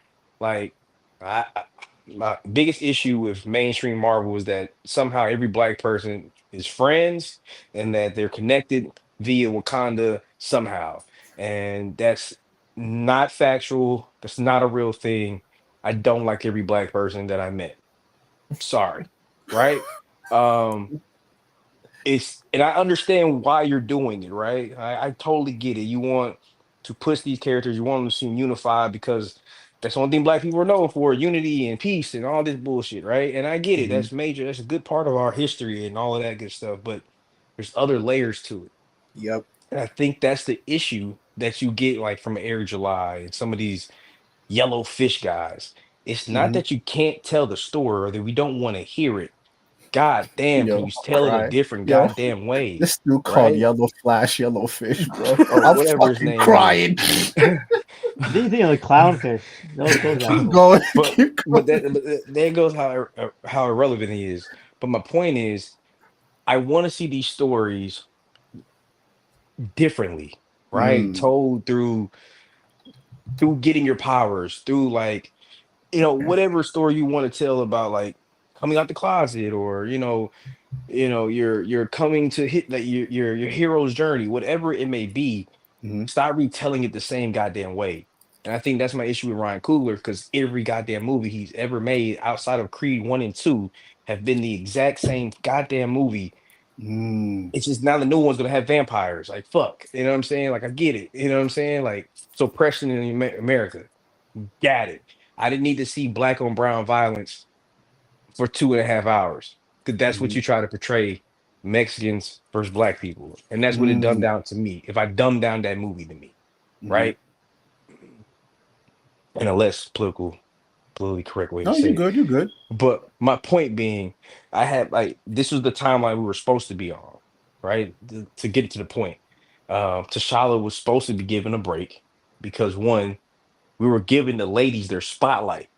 That was the whole point of the beginning of this saga, right? Like you can just Mm, tell, right, from Eternals to Marvels to She-Hulk, everything, and it's that was what was supposed to happen, right? That's why I get mad at everybody who hates She-Hulk. Like, if you read She-Hulk and you know anything about She-Hulk, and Thank you would you. get that she's a professional woman that's well off, that's single. She might twerk with Meg Thee Stallion because twerking's a universal thing nowadays. She might do that. Like that's a real thing. Like if you know anything about Jennifer, that's why I love Rainbow Rowell's latest couple series, latest runs of her, because it really was. You don't go to She-Hulk looking for Hulk action, right? You mm, just look Like at She-Hulk for like a slice of life. exactly the point. Like, why is it okay for you to watch a slice of life anime series, but you can't watch a slice of life MCU series? mhm. It doesn't make any sense, and you're picking and choosing, and or you're somebody who's trying to say something for attention, right? Yep. Because She-Hulk was actually pretty good outside the Kevin shit at the end and the bad guy and Scar. I digress. But for the most part, I love She-Hulk, right? Like for the most part, those three major things, because I had an expectation for Scar, it wasn't met for whatever reason. So of course I'm gonna be like, okay, I don't like that. I don't like the meta commentary with the Kevin Feige and the robot. But the point is, we were on this timeline.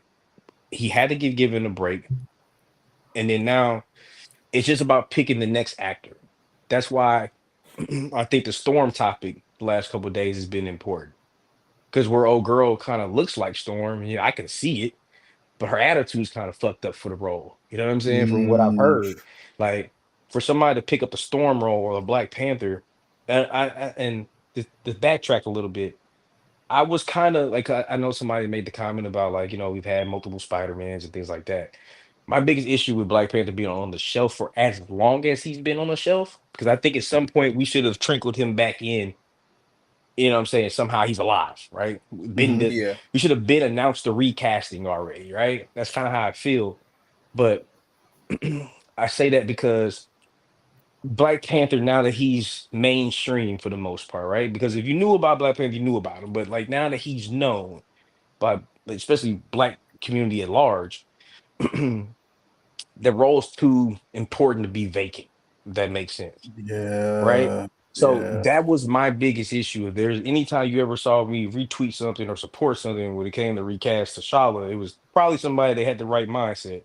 And two, that's kind of where I feel it because if that was the case, we would have never got another Superman.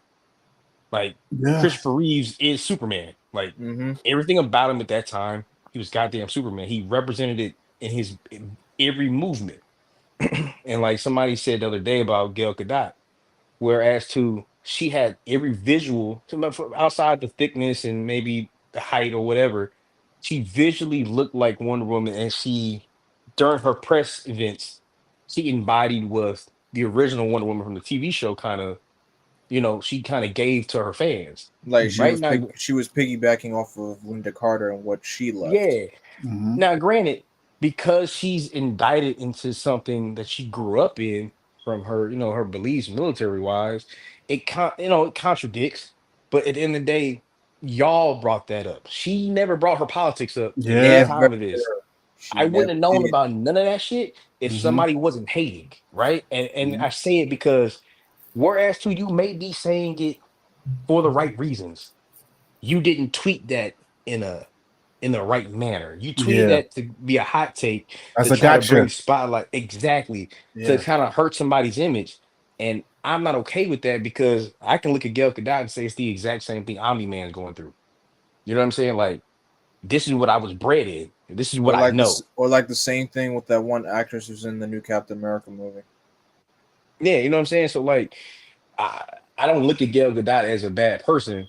I just think because you're wired a certain way, You know what I'm saying? Like that's your net, that's your, you know what I'm saying? That's your nation, I guess. Whatever. You know what I'm saying? I'm not in the Mhm. situation, but like I can understand it. You know what I'm saying? I'm not saying it's right or wrong, but I can understand both sides. Right. Yeah. So the thing with the Storm actor, one, I think you need, he said something about like, yeah, I really want to play Storm, but I know it's Oh, just a frivolous role. Cynthia Erivo. Yeah, she said it was a frivolous role, and I was like, "Oh yeah, that right there tells you she does not understand the magnitude of playing Storm and playing Storm as an African woman or a Nigerian-based woman. You know what I'm saying? That of that background, and then especially Storm being a bridge between African culture and like American culture. That's kind of what she's Yeah. supposed to be. You Mhm. got to pick the right person from African descent to play that person, right? She got to, that person has to respect American culture, right, to Mhm. a certain degree. You And can't have also somebody. to, sorry to interrupt, but also No, go understand the for it. legacy and the mark that character has. Exactly.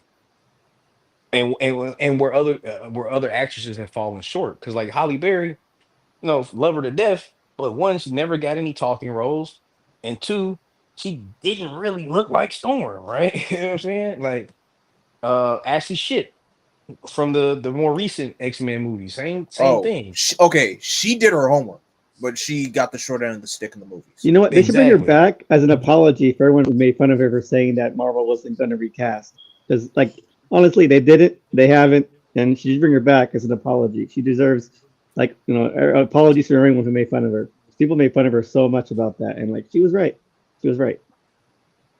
So I just look at it like you look at Robert Downey Jr. and like Heath Ledger, you struck gold with those castings. Like, Mhm. and it's because Robert Downey had a little bit of Tony Stark in him, right? He had to go through literally the alcohol arc of his Yeah. life.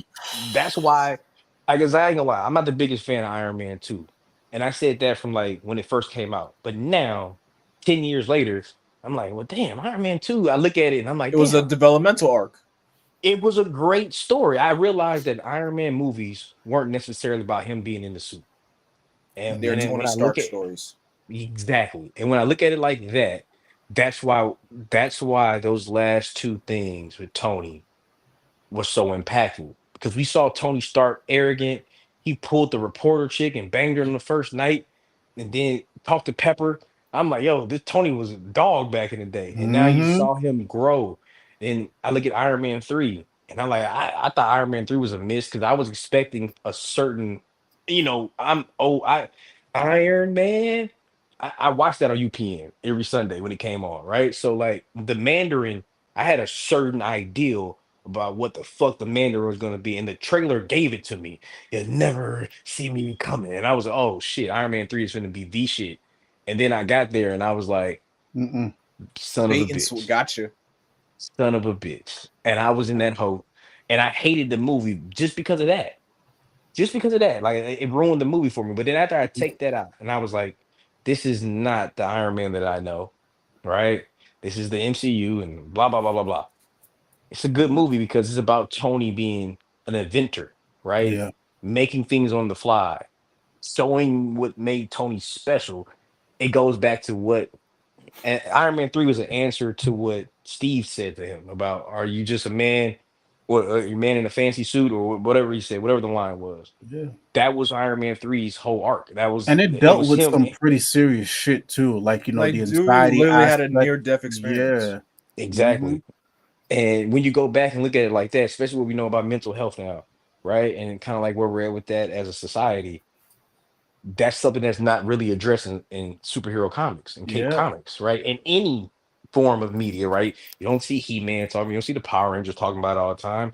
You don't see anybody talking about, well, damn, we did just almost die like at least 10 times in the last month. You know what I'm saying? Like you would think naturally that would take a toll on somebody. So seeing it like addressed made it special. And I think that's the whole thing that's missing right now. That's why I really do feel like Captain America and Jonathan Majors' case kind of fucked a lot of things up. It fucked a lot of things up. Because I think if you read the script that leaked for Avengers Kang Dynasty, man, it was peak coming in. Oh man. I still think There's a way to bring him back in, I but still think it's over. I Yeah, doubt it but though. yeah, we'll digress. Digress. Yeah. But my point is, I think that's what's missing, and that's what we needed T'Challa for. And you got to pick the right guy, right? So Yeah. like, I don't think it should be an American, right? I think that's the one thing. Now, Chad was American, of course, but like Chad did his research, right? So instead Yes. of us going through that again, let's just get somebody that knows the responsibility, right? That wants the responsibility, that wants to be that guy for like the bridge and all of that good stuff. Like I look at and I want somebody that's youthful that you can do multiple movies. Like there's Yeah. one bad side about Chad was kind of old, or older in. He was in his 40s, Yeah. right? And plus, Right. So he like got diagnosed right when he got casted.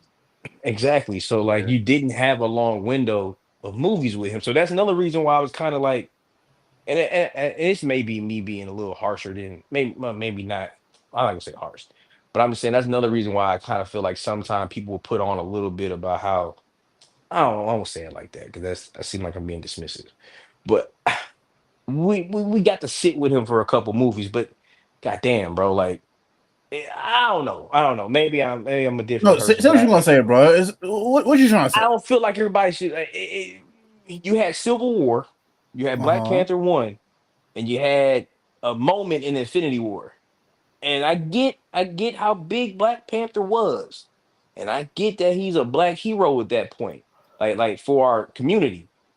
But y'all wasn't that attached to Chadwick Boseman as Chad. You know what I'm saying, for us not to ever get another Black Panther character is what I'm saying. It's kind of what I'm Mm, saying, and it's not tasteful to say all the time, but it needs to be said because even Chadwick Boseman said it.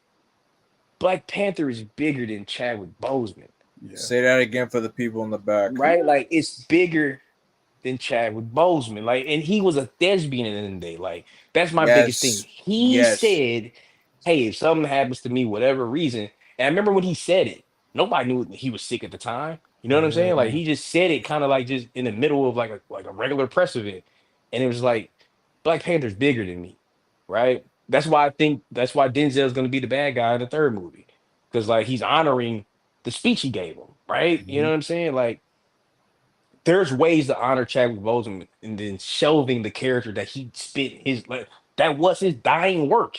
You know what I'm Yeah. saying? Like, why would you want to shelving the man like dying work? His last work is almost as disrespectful as recasting him immediately. Because Yeah. oh, buddy died and you recast him immediately, Yeah. right?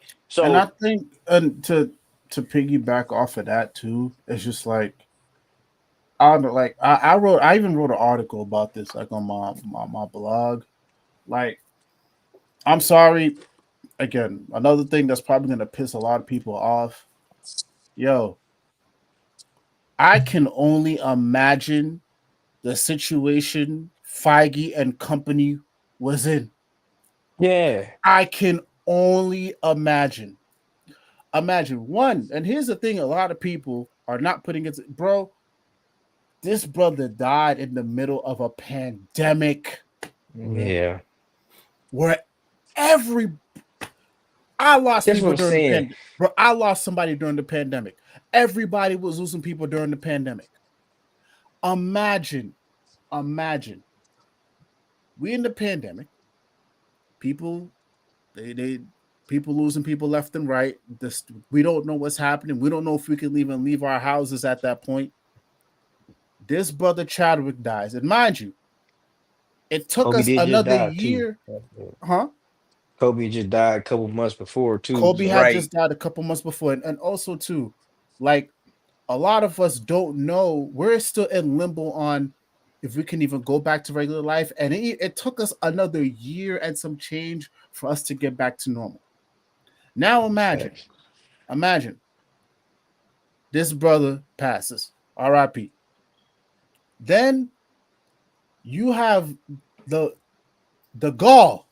I'm saying it, the gall to say we are still going to continue with a new Black Panther in the midst of everything that's happening. I am. I think. Do I agree? Maybe he was a. It was a little bit too soon to say we're not gonna recast. Yes. But you know Yes. what you do? you don't say any goddamn thing, right? Okay, that too. You don't say anything. You I announce Wakanda. My bad. I'm gonna let you go. You announce Wakanda Forever, and you address, like I said, you address Chadwick's death. You honor it, whatever. That part goes without being said. But you don't say shit else about. You let everybody speculate. yes, You don't tell us nothing about Wakanda Forever. You let us speculate. You let us see some set photos. You see Siri dressed up as Black Panther. You can see Namor. If that was gonna be the story, whatever it's gonna be. But you don't tell us shit about Chadwick Boseman. But I know goddamn well there's a way to put shelf. Just I saw Paul Walker die in the middle of filming Fast and Furious. I saw them still finish his scenes. yeah, There was a way to finish to whatever that original script was, to send him off in a right way, to leave him open, yeah, leave an open ending situation for him to come back and like to take him out that movie. Like, hey, whatever, he's exiled, whatever, he's starting the empire of fucking Wakanda, whatever the situation is, he's not here. He's in Haiti making the kid, but he's not here, and this is gonna be a Siri versus Namor situation. You don't even address it. That's the yeah. way you do it. That's how you honor it. They fucked up when they actually said, when they opened, everybody, the crew opened their mouth. But continue. My fault. I just Yeah, had to say that. and no. It segue right into it. There's go. Remember what we talked about before. The problem is that I'm gonna say it. I just said it right now. I have no problem giving people praise and also saying where your shortcomings are. This is another one of those situations where too much information hurts you. Mhm. Too much. Too much. Yep. Do what you got to do. Let the movie come out. And I get it, bro. We in this age, everybody got a phone. Everybody has opinions. It was like Everyone has access. everybody would Mhm. have said something regardless. But you know what you do? Shut the fuck up. Or better, you just say, you know what? We'll tackle that when it's time. We're just gonna honor Boom. Chadwick Boseman right We're now. just gonna honor Chadwick Boseman, and then That's you it. let things play out the way it's supposed to play. Yeah. So like I said, I think Kevin Feige, he put his foot in his mouth the moment he said, "Yo, right, we're not gonna recast to try." And for me, and I said it in my article, the problem is that it's too definitive. It's too definitive. That, and you said that, but you didn't honor the other people who've been working for you for 10, 15 years when they Of died. course, yes. So don't just do it for the black guy. You know what I'm saying? Because like, what the fuck? You know what I'm saying? And I'm not even saying it because he's black. You know what I'm saying? Because I'm black clearly, but I'm saying that because you should care about anybody that died that worked for you, right? This And is like common like human decency.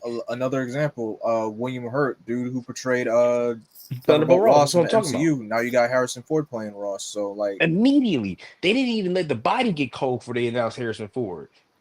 He flopped. Indiana Jones flopped, and next thing you know, he was Red Hulk. Okay, cool. I was like, all right, I'm getting another check from Disney. So And that's the issue, bro. like and again, like for me with this conversation right here, the reason why, again, like I said before, I'm really not with the recast of Chaucer because, yo, I'm sorry, bro. I get it. Yo, we gotta give people grace, bro. We gotta give people grace. I'm giving Kugler grace. I'm giving Feige grace. I'm giving all the actors and actresses and production grace. Everybody was in a fucked up situation and everybody had to move accordingly Respect, in yeah, the true. fucked up situation. So that's why I understand the recast of Charles movement and I get why people feel a certain way, but yo, we need to show grace, bro. I don't think if you had asked us at the height of Black Panther, when everybody was wearing the dashikis and wearing, saying doing this, if you had And wearing asked me, kufis. bro, if you Hmm. had asked me at the height of that, this is where we would have been, I would have said, you fucking crazy. You fucking crazy. Yeah, But he's boom, definitely no here we longer are. B-list character. Here we are. So that's my thing. But I know we were talking, but Elvis, like what's your take on it? I know we talked about it previously, but do you have any new thoughts now? If you're still here. He's probably not. Steph, what about you? Okay. I do gotta say I'm like falling asleep. So I'm gonna, yeah, I'm so gonna, I'm I'm gonna try kind of and make those. the I'm switch. I'm trying to keep it together Oh, for my you, fault. bro. Yeah, What no, happened? The I'm party going. struggling right now. The party Um, must die. According to Kendrick. Yeah, it's 12 a.m. But keep It's going, bro. midnight. yeah, no, it is midnight where I am. I don't know. I feel like I'm overthinking it on this one, but like I never really said anything like about like any of it when it came out, just because like, you know, You white? he's yes. No, literally it's just that. No, yeah, no, It's just like, you know, he's not my character, right? Like it's just, white people got to shut the fuck up. Like a lot. In Yeah, general, working I'm out. sorry. I know this let is the chopper fly. Keep going. they're gonna call me a race traitor. I know, but like I'm right. They got to shut the fuck up. We got to shut the fuck up about a lot of things. And when this happened, we were very annoying about it. Ooh. Ooh. And yeah, I mean, like that's just kind of why I said nothing, because like there comes the time where you got to understand when it's your time to step back and not say anything, right? I'm not gonna say I didn't have opinions on it. It's just mine don't matter. But if I'm gonna be asked about it, I'll keep it simple. Again, because I'm falling asleep. I get. I was fully like on the recasting.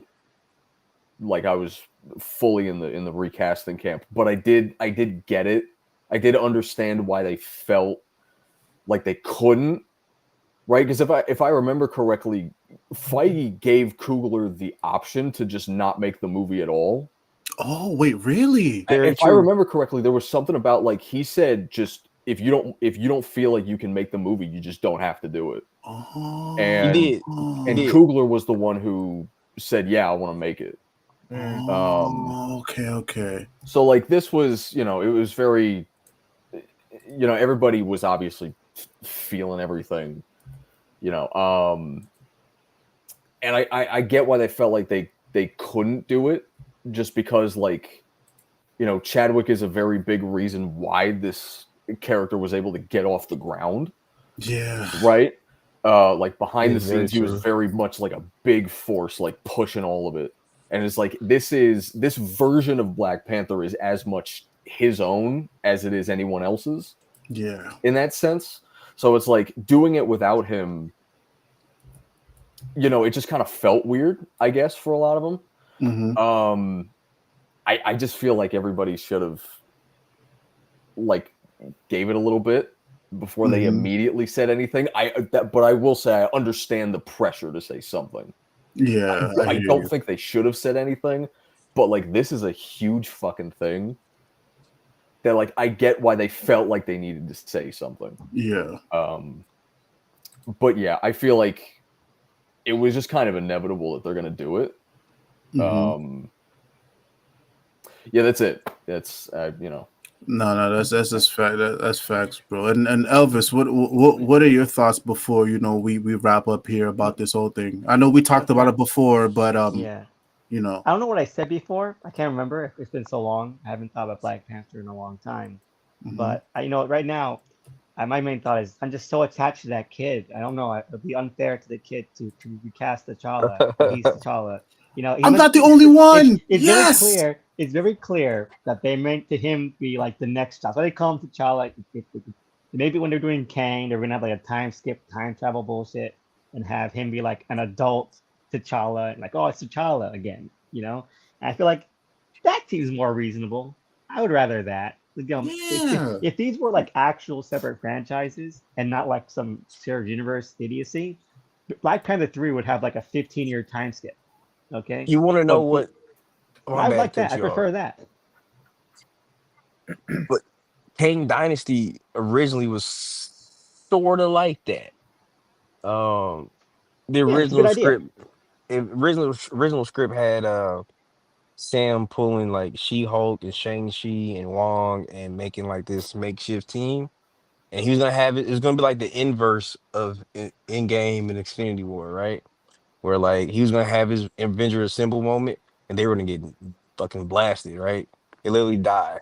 And then it was going to basically be a variant story where variants of Sala, Toby, Andrew, Hugh, and all of those guys kind of like were the heroes that brought back the Avengers. You know, Mm. old Steve was going to get a secret soldier serum back and become young again, right? Robert was supposed to Downey. I thought you Robert was said they supposed were to come back. cooking. Yeah. Oh What no, is this? no. Sorry, Wow. I sorry. forgot. So AO3 type bullshit. Let's leave it in the they were past. gonna It's trash. die, and then like it was gonna be like two losses in one movie. Basically, they were gonna lose twice, basically, and then the variants were Is gonna it? be like the end game moment, and that kind of thing. I mean, my main idea about this whole rumor about like recasting Charles and Multiverse, I don't see that lasting beyond the Avengers 4 and 5. Yeah, I feel like this is just Yeah, gonna of be like course, again, of like you course. mentioned the variant thing. I don't think that this is gonna be like, oh, now we've recast the child of Black Panther 3. I think Black Panther 3 is either gonna be like of like maybe a succession crisis because now they don't really know about the kid other than Shuri, and it's probably going to be Mm. just the kid and like what to do with that, you know, or maybe again maybe they do a time skip. I don't know, maybe 4 and 5 Avengers lead to a time skip. I wouldn't mind that. Maybe whatever shenanigans, Crisis Universe type shenanigans happen to like consolidate the timeline. Maybe he's older. Yeah, maybe he becomes older because of the timeline shifting or whatever. Yeah. I don't mind that. I don't know. I The just Scourges, prefer yeah. I just prefer like stories to be like within themselves. I don't mean like, oh, because Avengers 4 and 5, now there's no child. That's bullshit. That's lame to Yeah. me. I don't like that. I hate shared universes. All these things need to die. Bring back singular franchises. Rest in peace, And Sonyverse. and I and to piggyback off of Elvis, I 100% agree. And because you know, if you're gonna look back at this in a couple of years, let's just say there's a good 3 or 4 or however many Black Panther movies. Yeah, Black Panther 1 happens. Sure, you can slot in Endgame and Infinity War in between, and then you have Black Panther 2. But even without the Avengers movies, that's still itself. Black Panther happened, then something happened in between. He got sick. We know what happens. They give you the context of the movie. He got sick. There's Black Panther 2. And then allegedly what's happening here, you have Black Panther 3 where it's a succession. So at least then I think minus the Avengers movies, you can have a good 1, 2, 3 story. Is it your traditional 1, 2, 3 story? Because we're so used to having, the main character be there for, 1, 2, 3, 4. No. But by itself, I think if you tell it well, I think you can salvage, if not salvage, do great with this shit. I'm not mad at it. I also want to see what's happening with the kid. Don't introduce him and not do anything with him. That's my thing. You introduced him as part of the universe. Roll Off with with it. his head. Yep. God damn, bro. Jeez. See, my theory is that what's his name? What's T'Challa's girlfriend's name, right? Nakia. Kia. Yeah, Nakia, yeah. yeah. The Denzel's gonna be her dad, and he's gonna be using the kid as like a political pawn. Like, oh, see, I'm the grandfather, so that's my idea. He's gonna be like Machiavellian. He's gonna be like Bro, Macbeth. fix your I think face. the reason why I hate the kid is because they didn't even have the balls Because to your make soul. him. He has no soul. He's Well, just a no, nice they child. didn't. They Too could have sane made him forever. Too they could sane have made him forever. Missouri. They could have made him Missouri, and I'd have been cool with Too that, sane. and have Missouri take the role, and the same thing could have happened. The time skip, all of that. I'd have been cool if you didn't just name some ass pull shit. And another reason why it's like it fucking boggles me is because during Ridley's run, right? They introduced the speedster, right? The vibranium guy that had the speedster. They made a big deal about him appearing in Wakanda Forever in some capacity, and he didn't appear in that shit at all. And it was like, did they just do that shit to hype us, like to buy those fucking variant covers? And it's like, damn. I thought one rumor was he was going to be the next Black Panther. They were going to introduce him, and he was going to be the successor. And I was like, well, that doesn't make any sense. But fuck it, yes, bro. Go back and look up those like during that time, bro. The dude with the purple like vibranium tattoos that could like speed. They made a big deal about him being like important for the upcoming feature, the upcoming movie. That was the rumor that Bleeding Cool ran, and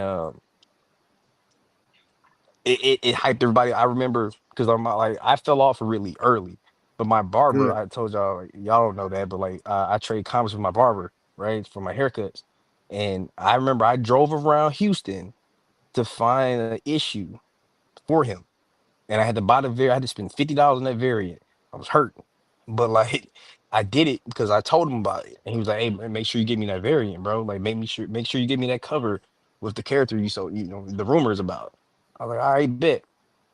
But like, I think that was another reason why I don't like him because I was like, you could have just made him Missouri, and then you could have left it ambiguous about like who the mom was or whatever. And I Mm. don't know, it's just, bro, like There were I so get many it. things they could have done. That's what you're Yeah, saying. and it just make him. Oh, his name's T'Challa. Ah, Nah, you know the reason why I'm not mad at that. The reason why I'm not mad at that because like, hey, Because it's listen, cute. bro. If It's cute. listen, how many juniors do we know in this life? Right? How Oh, many people name their kids themselves? Like I'm sorry, but I'm not mad at that. Like the I mean, brother, he was bro, from what we know of the movie, he was on his fucking deathbed, bro. He probably didn't even know he was gonna whatever happened. He decided, fuck it, I'm gonna pass on my legacy. How many of us wouldn't do the same shit, bro? and, Let's keep it a fast stack. and another thing that's wrong with the Black Panther franchise too. It started in Black Panther 1 when they made the choice to Civil burn all the War. hearts, like when they made the choice to burn all the heart shaped Burn all herbs, the heart shaped herbs. and I was just like, well, that's another. Oh, I'm drunk. Shit, that makes me think they they knew more about You can drink Chad's the water in situation, between, bro. right? I think I probably should, huh?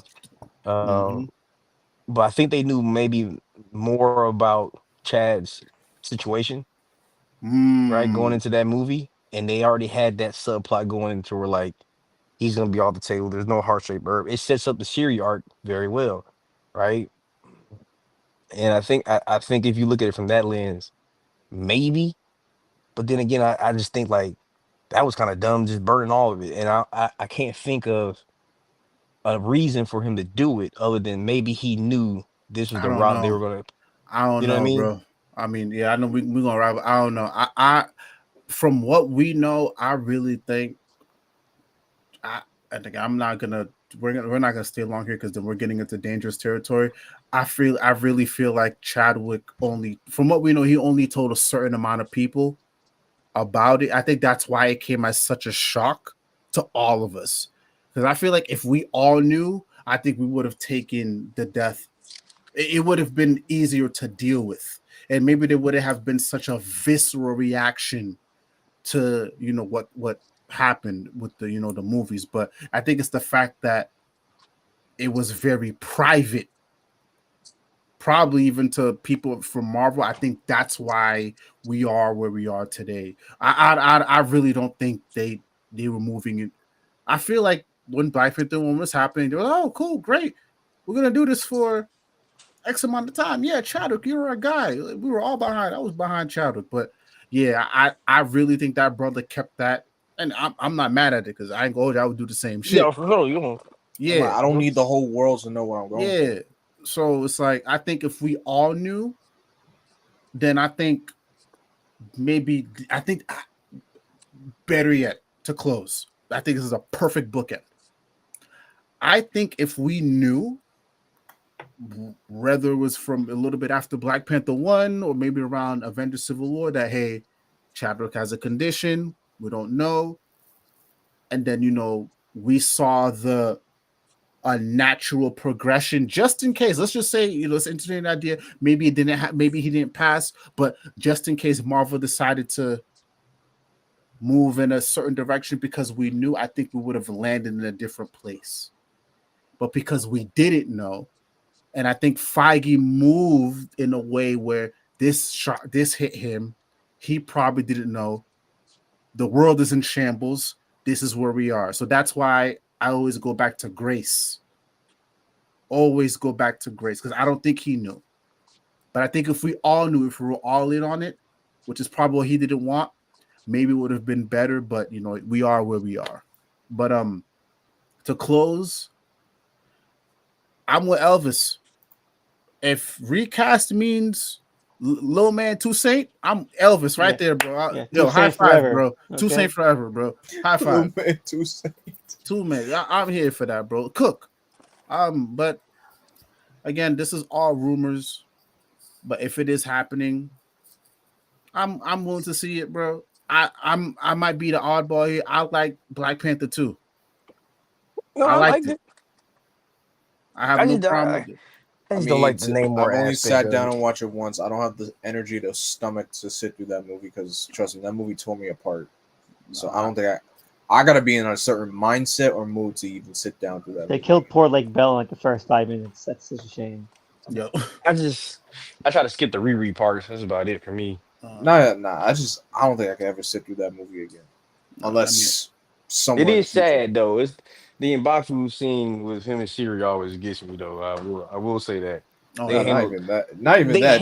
like I Just said. killing Auntie Angela. I'm just like, Oh bro. Oh no. yeah, but I'm like just like, are you kidding me? her monologue, like I said, like I say, I don't. I, most of what I said is jokes, right? Yeah. For the most part, Wakanda Forever was a good movie, right? It was a good. Like I said, it was a good movie. Like you can't have a bad movie with Angela Bad with the cast that you had, right? Yeah.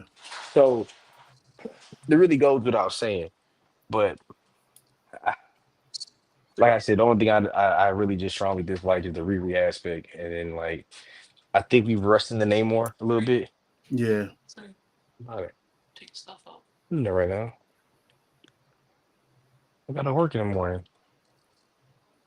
All right, hold on, I'm on the pod. My bad, guys. No, But bro, it's like, all good, bro. That married life, I get you, bro. but nah, like I said, bro, like you can't. It's not a bad movie at all. It's just like I said, it's expectations, bro. It's Yeah. like what you wanted after you saw Black Panther one, what you wanted versus the reality of that. Like you said, it goes back to grace, Yeah. right? So like anybody with a heart understands why they did what they did. Yeah. I'm joking about like some of the choices that they made, but for the most part, it served a purpose. If that Yes. makes sense, right? We Yeah. elevated Siri. We have Namor on the bench. We connected, vibranium to another, you know, hidden nation, right?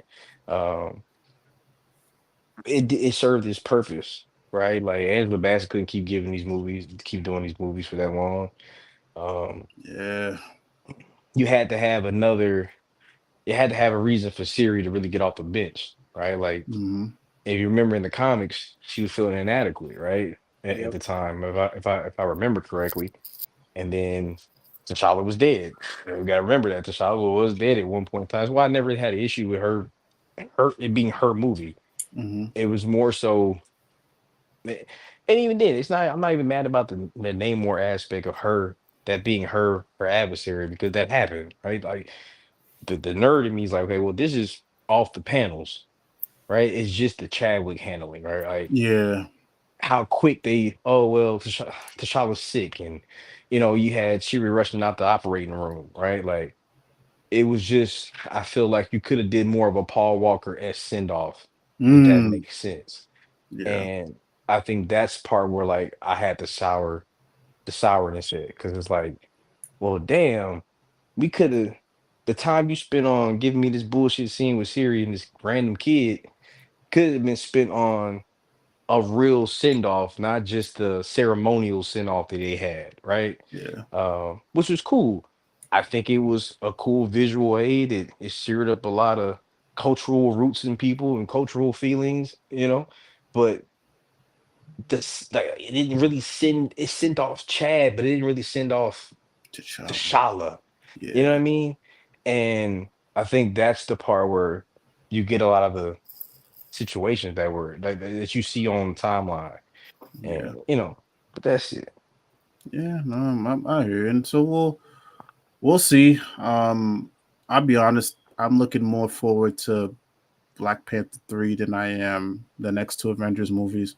especially after King Dynasty is not happening anymore, which I think is a mistake. But we're not tackling that conversation. That's a conversation for another day. That's a conversation for another day. But listen, to close, hold on, my fault. Hold on, the black one, my fault. Hold on, give me a The second. culling. Yeah, oh, there you go. Okay, I got everybody back. All right, yeah. There we go. Listen, to close, listen, y'all. Thank you, all my brothers that are here, all my people that was in, the chat. Whether you were there for a little bit, 5 minutes, the entire time, couple minutes, whatever. Thank you, thank you, thank you.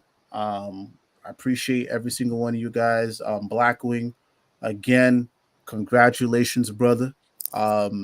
You deserve it, bro. Like I said, man. bro. Y'all should have been here early in the stream, bro. Blackwing, he was talking different, yo.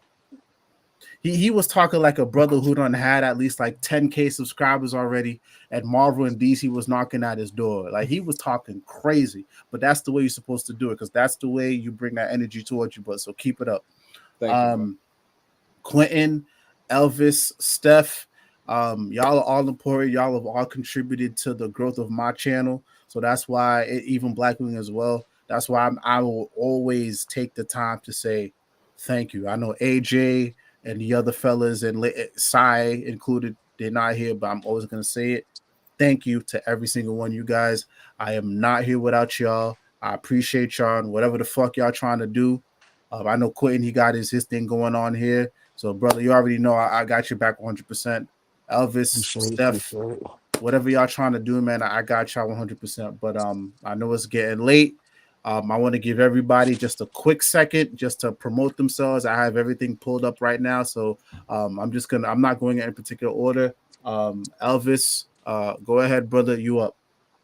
All right. So yeah, that's my Twitter page at the Snickman, _Snickman. I do random streams whenever there's a movie I want to talk about with like any of my cohorts here, usually Ro, my friends Mitchell, no, AJ, Mr. Mitchell, and I'm gonna be doing another stream I think tomorrow with a new friend of mine about Nosferatu. It's probably get a little bit weird with it, but it's fun. It's fun stuff. And yeah, don't worry, don't forget, bro. We got to do the end game joint. The end game, yes, because Mikhail is on our ass about that all the time. Yes. All right. Next up, Blackwing, the man of the hour. Go ahead, bro. All right, folks. So you can follow me on Twitter at Blackwing2040. I don't really tweet like that because we all know Twitter is a madhouse. So I'm not. I only be on there just to promote my stuff or just to interact with people. That's about it. But you can find me on my YouTube channel, Blackwing2040, and always make sure you subscribe to my Twitch page, Blackwing2040, as well, so that way you can be in the loop whenever I go live with my Super Sentai live stream. So you could be in the Super Sentai live stream. My Toku live streams. It's late, y'all. My Toku live streams to see what show I'm watching, and then you can always follow me on my YouTube channel to see the review of those specific shows. More stuff will be coming down the line. I'm going to be bringing back tier lists on my channel. I'm also going to be starting to do comparisons between the Power Ranger season and the Sentai counterparts. Just mainly the Rangers themselves, not every single character, because that's extra work. You know the phrase. Work smarter, not harder. Amen. Yeah. Word. Steph, go ahead, brother, if you're still awake. All right. Well, all right, that's me right there. At Steph _man_ I don't know. One of my New Year's resolutions was to tweet less. So I'm gonna it's just the profile picture on the stream. I did that on purpose. Oh, all right, cool. All right. Yeah, one of my New Year's resolutions was to tweet less, so I'm not on it very often. So do keep that in mind. But like we said really early in the stream, I don't do shit.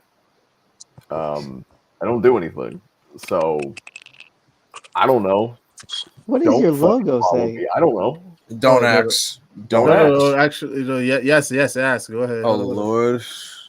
No, please tell the people what it says. Please. No, we ain't got time for this. No. Squirting. Are you squirting or are you cream team? God, Rolliver. Yeah, this is your fault, bro. This is not my fault. This is your fault. Yo, Quay, go ahead, bro. Man, don't let the blue check mark scare y'all. I usually just got it so I can be able to edit my tweets because I'm a typo king.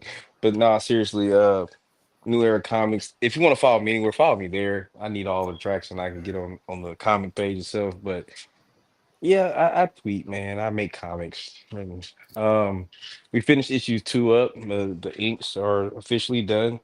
It's going to be Yes. it's going to be 36 pages of content for you guys. Ooh, Yes. nice. Um, the step up from the first issue that was 27 pages. That's all art. That's not ads and stuff. That's not including pages stuff. What? Okay.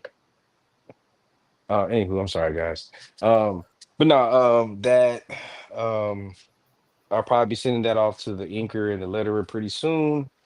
Besides that, Kickstarter, hopefully, depending on the pace of the coloring, um, I could probably start the Kickstarter around at least the pre-launch of it around my birthday, around February 28th or maybe early March. That's the goal. That just depends if I can hit some commission checks in the next couple months. But but for the most part, just that. I'm looking forward to doing that, and we're gonna do it on Kickstarter this time. We did it on Zoop the first go around. So I'm gonna try it on Kickstarter. If you like comics, or you want some. I know somebody said. I think that was Elvis that said he hates shared universe. Don't hate ours. I'm trying to do it the right way. Um, Only in but movies. Only in okay, cool, movies. cool, cool. So I'm good. But no, I think it's if I had to give an elevator pitch, I think it's really cool. I think it's interesting takes on certain genres that we know and love. Um, take some time to go to the actual comic page itself and look at some of the descriptions of some heroes. We just dropped 2 new hero designs. Um, I recently did a partnership with a guy named Trouble Comics. He's an artist and storyteller. So I'm trying to bring him on in more of a partner collaboration for the publisher going down the pipeline. But besides that, man, not much, bro. Word. And yeah, I'm not gonna stay long, man. Hey, listen, thank y'all. I appreciate y'all. We at 9:20. I got more shit in the pipeline. I'll see you guys for 1K. Where we're gonna have the football. Hey, listen, if I can make it to the strip club, I'm gonna do it. All right, listen. Like I said, if YouTube's gonna get me out of here, I'm going out in a bang. All right. So listen, I Just have tell him it was nothing. for a celebratory reason. Listen, I have nothing to lose at this point. Listen, I would rather go down swinging than going down like a bitch. All right. Hey, don't be a bitch. I ain't going down like no bitch. All right. So listen, that's all I got for y'all. So listen, it's late, fellas. Thank you, thank you all to who watched. Listen, I already did that whole thing. Listen, it's 12:28. I'm gonna go make me some chicken. Good night, yo. Yeah, You I'm gonna I'm try out of frying here. chicken at 12? No, I'm baking chicken. I don't fry anymore. I'm trying to live. I'm trying to live a long life. That's you That's light bake. skin of you. There you go. Amen. All right, but hey, y'all, listen. Much love, much peace. This was a wonderful stream. I appreciate all you guys, and I'm out. Peace. I appreciate y'all. Peace. Peace.